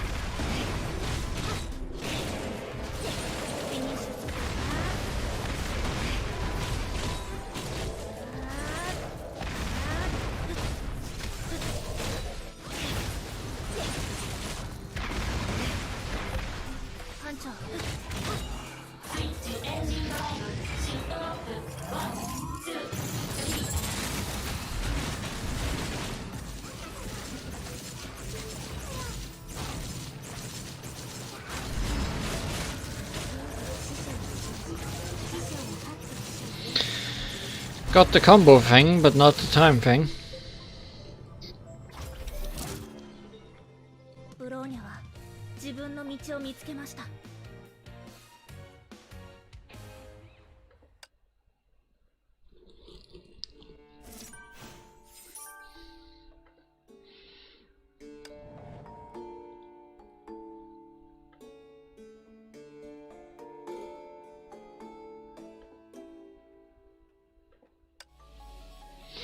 Well, it's our third and last attempt for this today. Let's try something else again.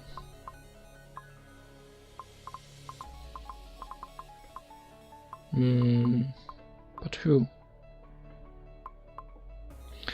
But who, I say?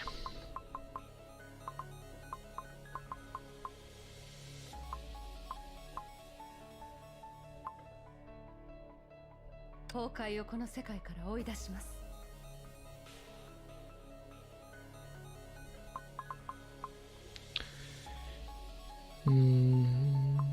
Maybe. デュランダル。Hua.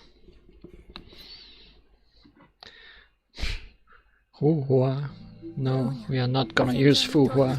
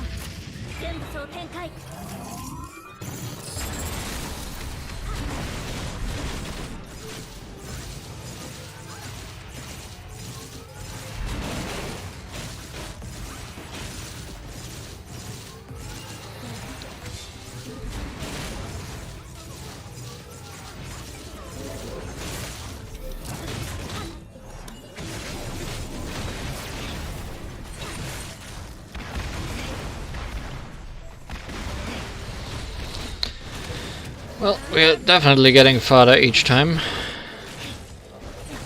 I feel.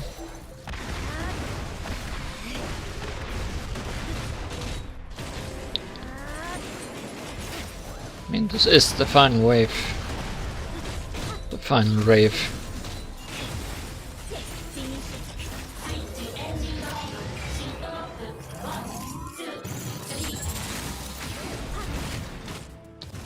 Yeah, just in time.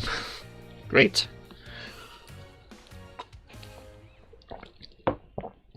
Valkyrie's fight, battle music, calm.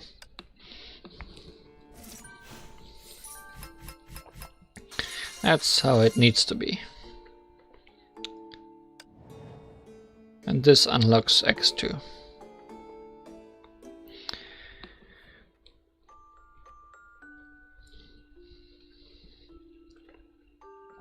Clear to get X skill black hole. X skill 2 black hole cooldown. Shortens the cooldown of black hole summon.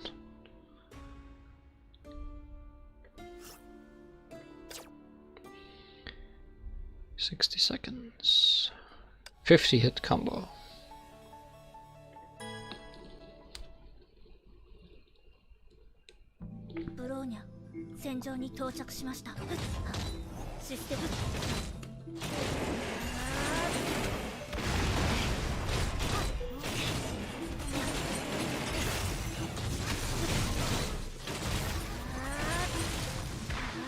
Well, the 50 hit combo wasn't hurt.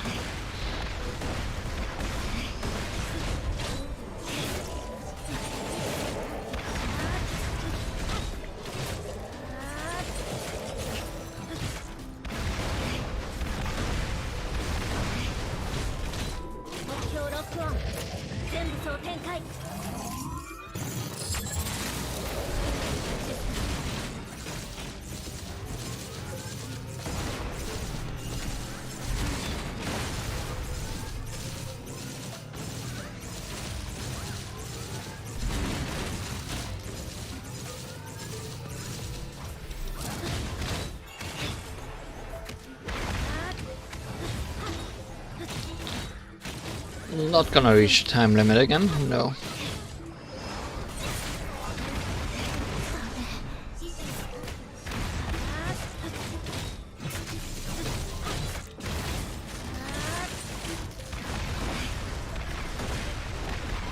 But it wasn't even close this time.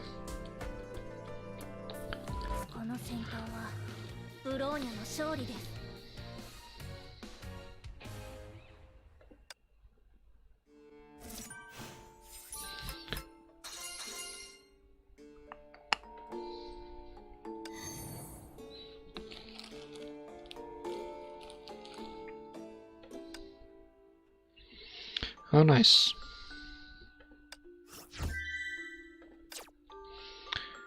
It gives us some time spoil tickets. How quaint.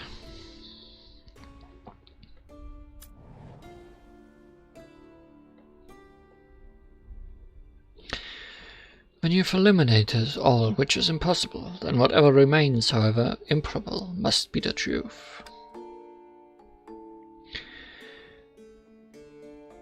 Doctor, detective, novelist, I lead a very rich life. My dearest friend and partner commands mysterious power from the east. A villain's nightmare. Catastrophe. A catastrophic event happened in Saint Fontaine 5 years ago that laid the majority of the city to waste. Cause unknown. AE. The latest invention of Lab 42, Schicksal's Imperial Institute, a network of Honkai energy neutralization devices that can block Honkai energy within an area. The Honkai Beast blocking devices outside the Veld Manor are a byproduct of the AE system, currently disabled for reasons unknown. The blocking device has 3 pivot nodes. Dr. Tesla seems ready to investigate these locations to find out why they were disabled. The invitation letter was signed by Wild Joyce, but the writing obviously came from a lady. Miss Adler tricked Dr. Tesla into admitting the writing came from her. The rose is red. The poetic words in the invitation, what could they mean? Had a weird dream. In the dream I saw a girl who first cried for my help and then attacked me. Formerly the #1 singer and actress of the theatre... God damn it. Theatre...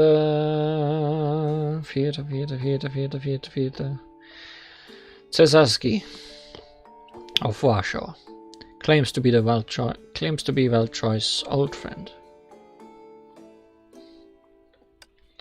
Monsters bred by Honkai energy, ferocious and appear in many variations. Dr. Frederica Nikola Tesla, scientist at Lab 42, Imperial Institute, Welchoi's trusted aide. Dr. Tesla seems to doubt my professionalism and gave me a small trial.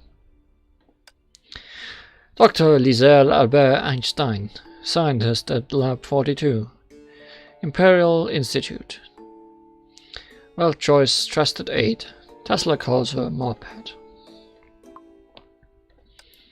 Dr. Tesla and Einstein seem to have known Geoffrey since long ago. 1 week before we arrived at St. Fountain, the Valkyrie squad guarding the Lab 42 went missing. Leader of Lab 42, Imperial Institute and Master of Veld Manor, murdered. Mr. Troy seemed to be having a phone call before he was murdered. Dr. Einstein claimed the murdered weapon was a dagger. An established scientist seems to have worked with Schicksal, used to work in St. Fountain before the catastrophe. Schicksal is devoted to her own research and seems reluctant to talk about her past. After the power came back, Chickal's body was found with a dagger stabbed into it. A mysterious woman called Sensei by the little girl she takes with her. Hua said Raven felt like an assassin. Maybe this has something to do with her past. Raven and Chikkal seem to have known each other. According to Chikkal, Raven took Sora in for redemption. The deceased Mr. Choi's hair after blood, nicknamed Joy, uncomfortable with social interactions. The girl who follows Raven around has a rare disease that only Mr. Choice can cure, calls Raven Sensei. Raven said someone took Sora in the darkness. Sora is missing now. In the research files left by Mr. Choice, there seems to be something that interests Raven. There are 2 bloodstains in the crime scene, one near the table and one before the window. A framed photo hanging on the wall. In the photo, Geoffrey doesn't look very spirited. Seems to be randomly written by Mr. Choice to record his wild ideas. Intel dealer, suspected of murdering Mr. Choice, critically wounded for reasons unknown, went missing. In the accidental blackout, we heard Sora's screams. It was rudimentary timing device that sabotaged the power system. Indicate someone could have abducted Sora alone without any help. Mr. Choi's adopted daughter came here for his inheritance. Brunner's governess, also the mayor's housekeeper and Mr. Choi's assistant. Joachim has a comforting smell, maybe some cologne, maybe some rosemary.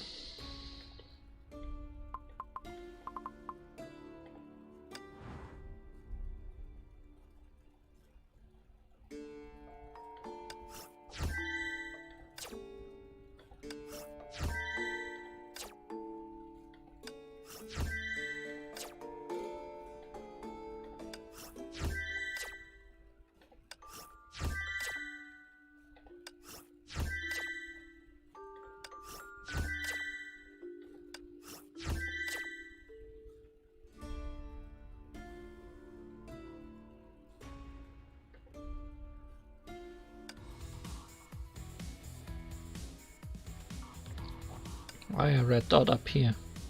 Achievements? Oh, because we got Rosemary.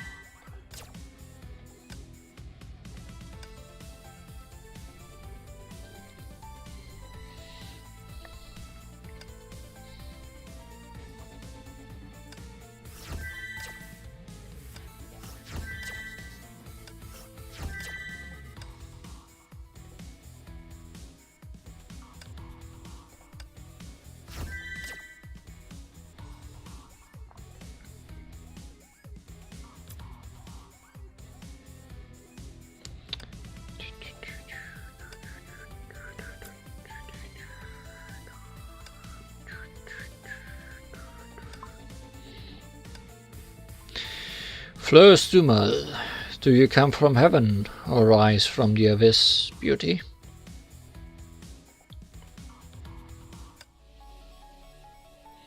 Floriograph is a new outfit for Black Nucleus Bronya, which I don't think I have ever used on stream.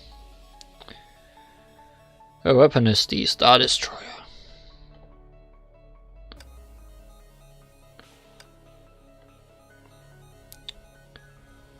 See, drills are still existent. They are just very hidden from the front view.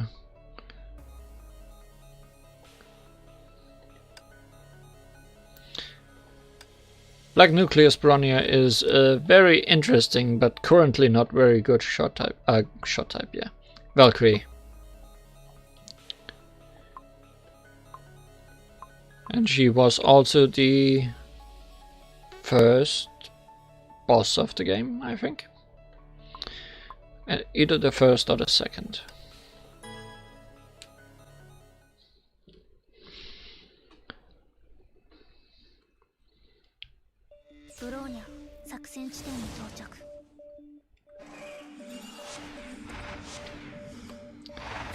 She can go into stealth mode when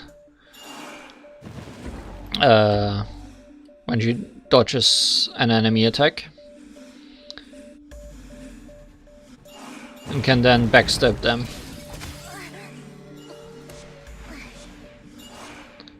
But I've not really used her on stream, but also not really used her at all.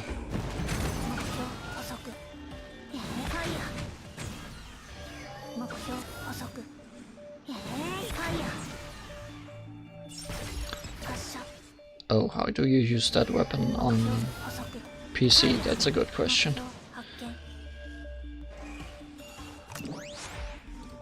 Her weapon has an interesting over-the-shoulder first-person shooter mode. Ah, you just hold it. Okay.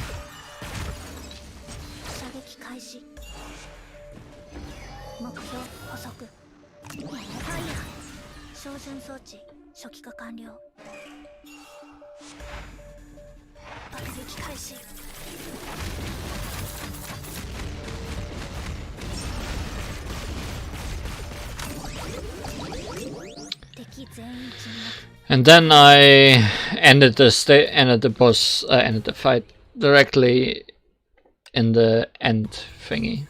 That's sad. Now I have to do it again.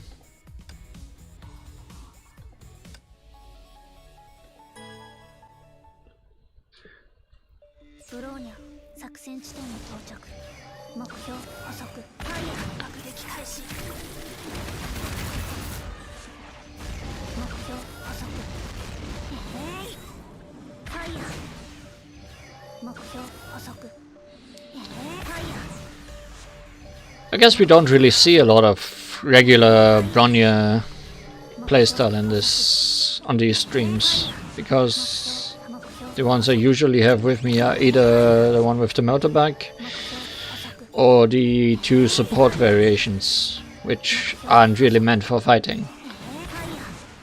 While Black Nucleus is definitely a damage dealer.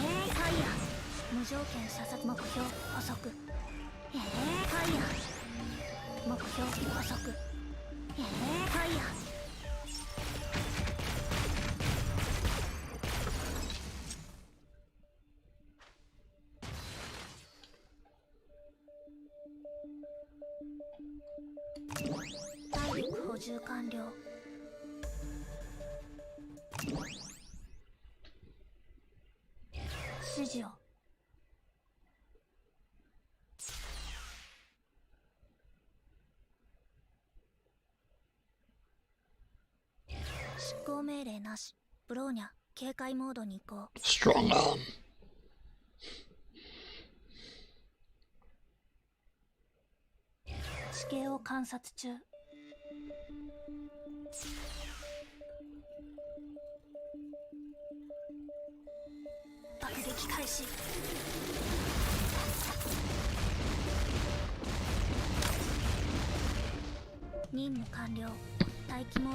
Why did I finish the stage and waste my energy? I could have just quit out.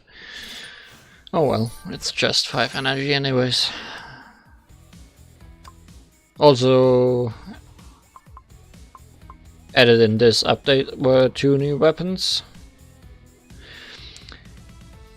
With one mighty swing, the sword flames will consume the world and scorch Asgard. It marks the Ragnarök, the downfall of gods, but amidst the ashes of the old world, the seeds of hope start to sprout.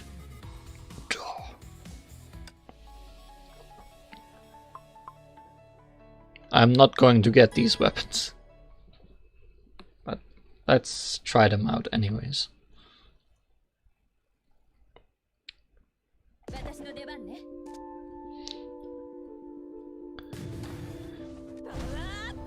Sword Muspelword.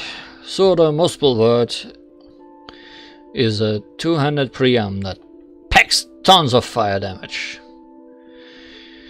The active can keep enemies in a large area ignited and provide the wielder with a shield at the cost of HP. When it's equipped by Blood Rose, ultimate does not cost HP while the shield lasts.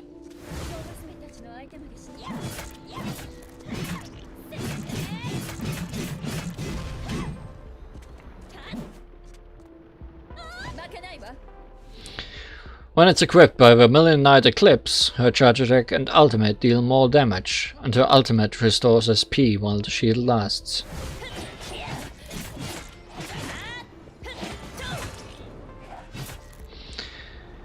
Tap this button to have Aichan reset weapon active cooldown and restore full HP.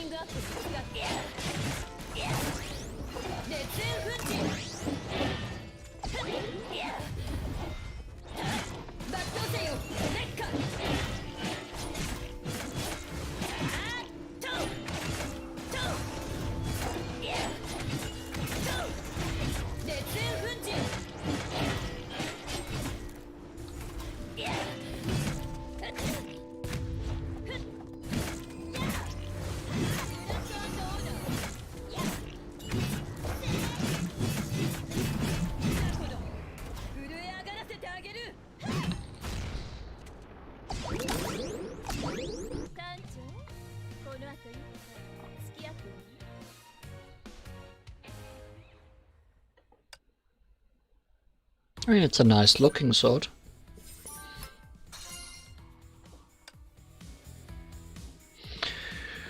Shukaduka of Uriel.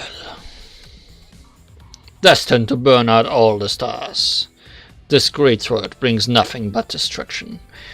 As it flames devour the heavens, every soul will be claimed. This is the sword that presents the end.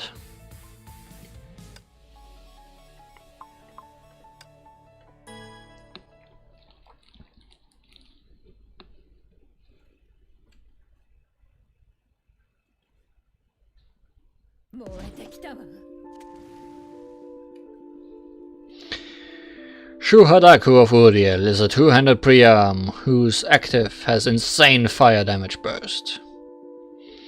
The active deals fire damage and inflicts fire vulnerability. At 2 charges, it can be cast again to deal more fire damage.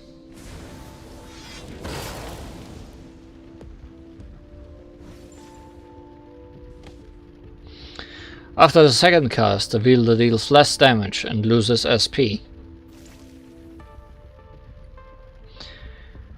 Tap this button to have Aichan reset weapon active cooldown and restore full HP.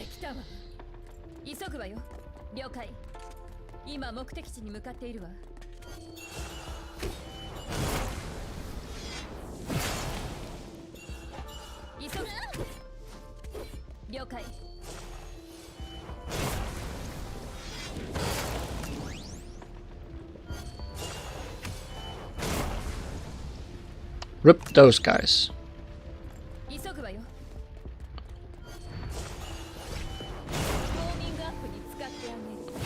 Yep, this is just warming up. Sure.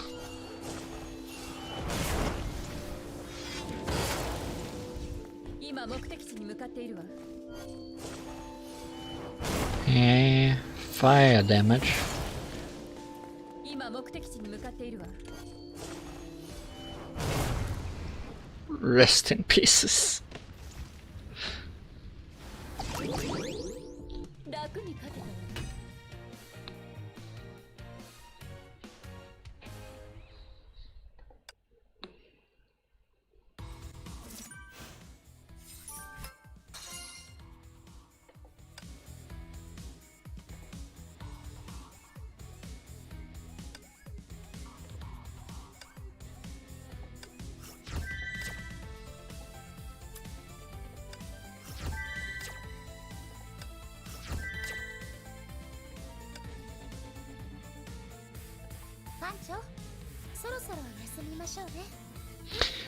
May, as usual, might be quite correct in her statement. I think this is enough for today. Obviously we will be back for more of Rosemary's Floriograph in a few days. Probably not even gonna take a week. And when does chapter 19 open? That's not what I wanted. Chapter 19 opens someday in the future, I guess. No time on it yet. Sure, be mysterious.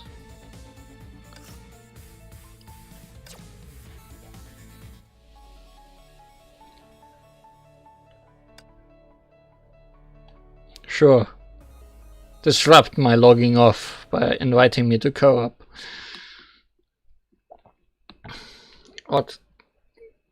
What can I even say?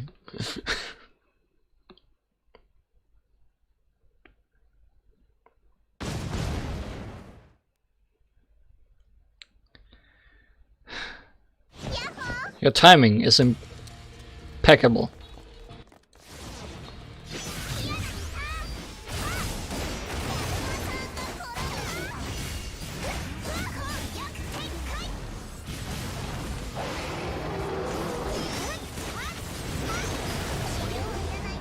At least it's short.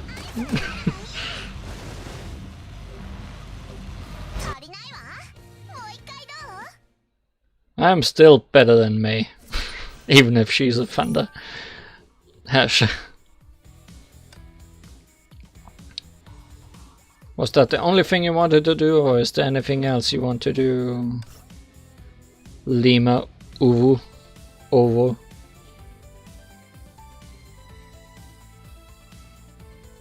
I wonder.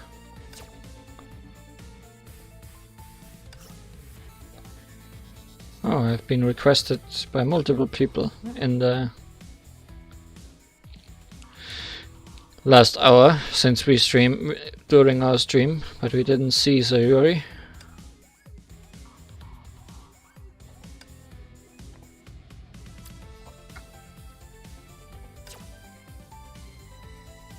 So, are you gonna do anything else?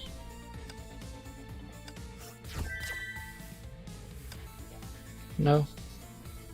Maybe?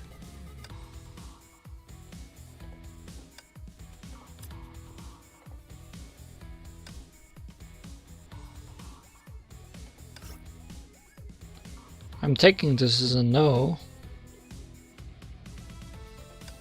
Goodbye. But I guess I do still need one assist in SS Bounty, which is also a new thing in this version, which are very hard co-op bosses. So maybe we can do one of those. They don't. Room is full, thank you. They don't take too long if you have a somewhat competent team. Like a level 40, level 20, level 42 and level 50 something does not fill me with confidence, but we'll see if they die, if I die, if we all die.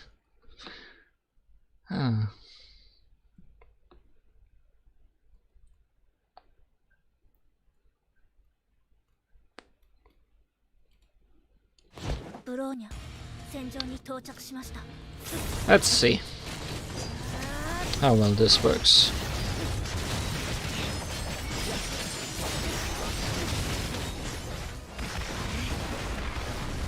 I have a bad feeling that Sealy is not gonna do a lot of damage. Well, at least we have a dragon on our side. Yeah, Sealy already died. Great.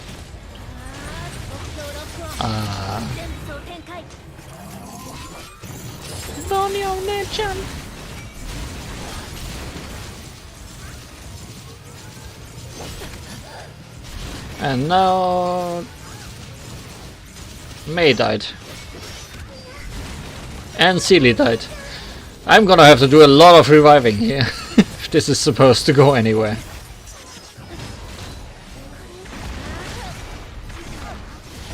May, please stop dying. Please stop dying on me. Oh, now I died because I was healing.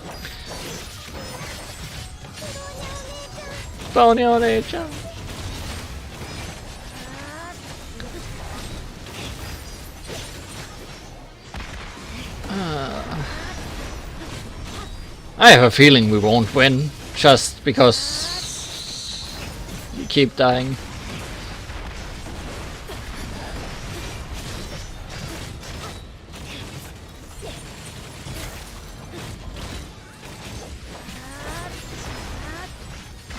And we haven't even gotten rid of one of his life bars yet, because we keep dying.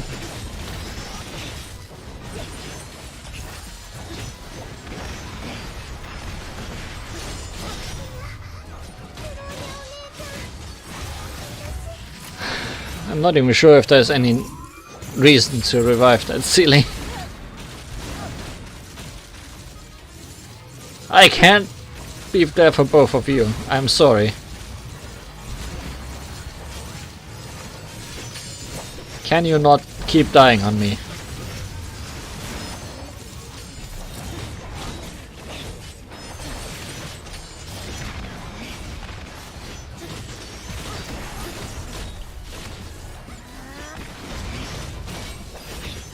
Is it silly? Please revive me. Please. Thank you, Sealy. It was already worth it to revive you.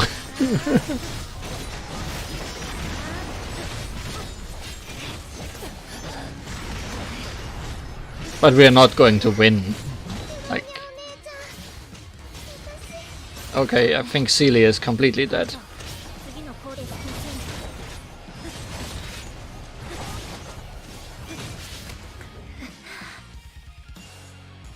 Don't bother. I'm gonna die here. You don't. No, she is still there. I think. But I'm dead. We are dead. We are so dead.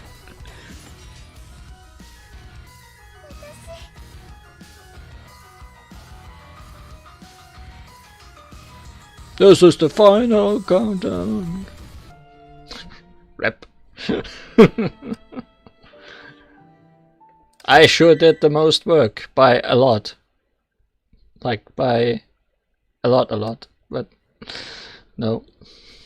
That wasn't gonna happen if we don't all do that much damage.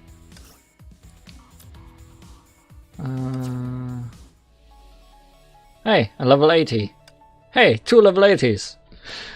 This can work. This is a lot better.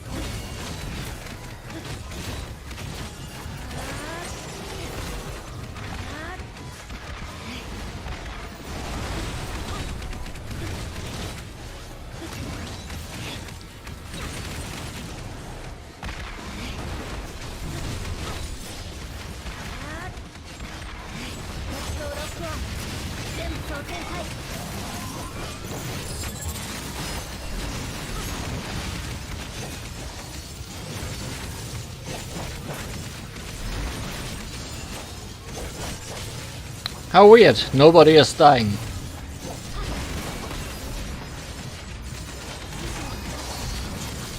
No.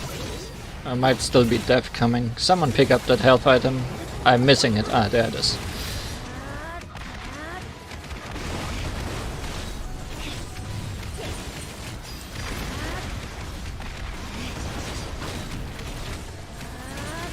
I'm glad that laser does not hurt me.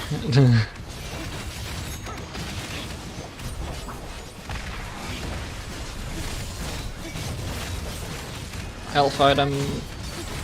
Get to me. Thank you.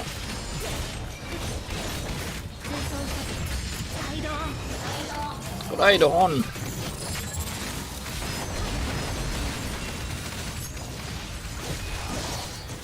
Well, that wasn't that hard.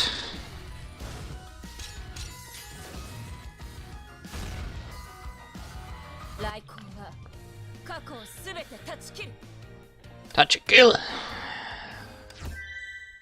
Well, now I did the least damage.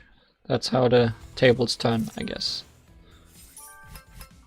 Or did Fuho less? I didn't see. But good. Very good. Wonderful. Can I stop playing now? Yes, thank you.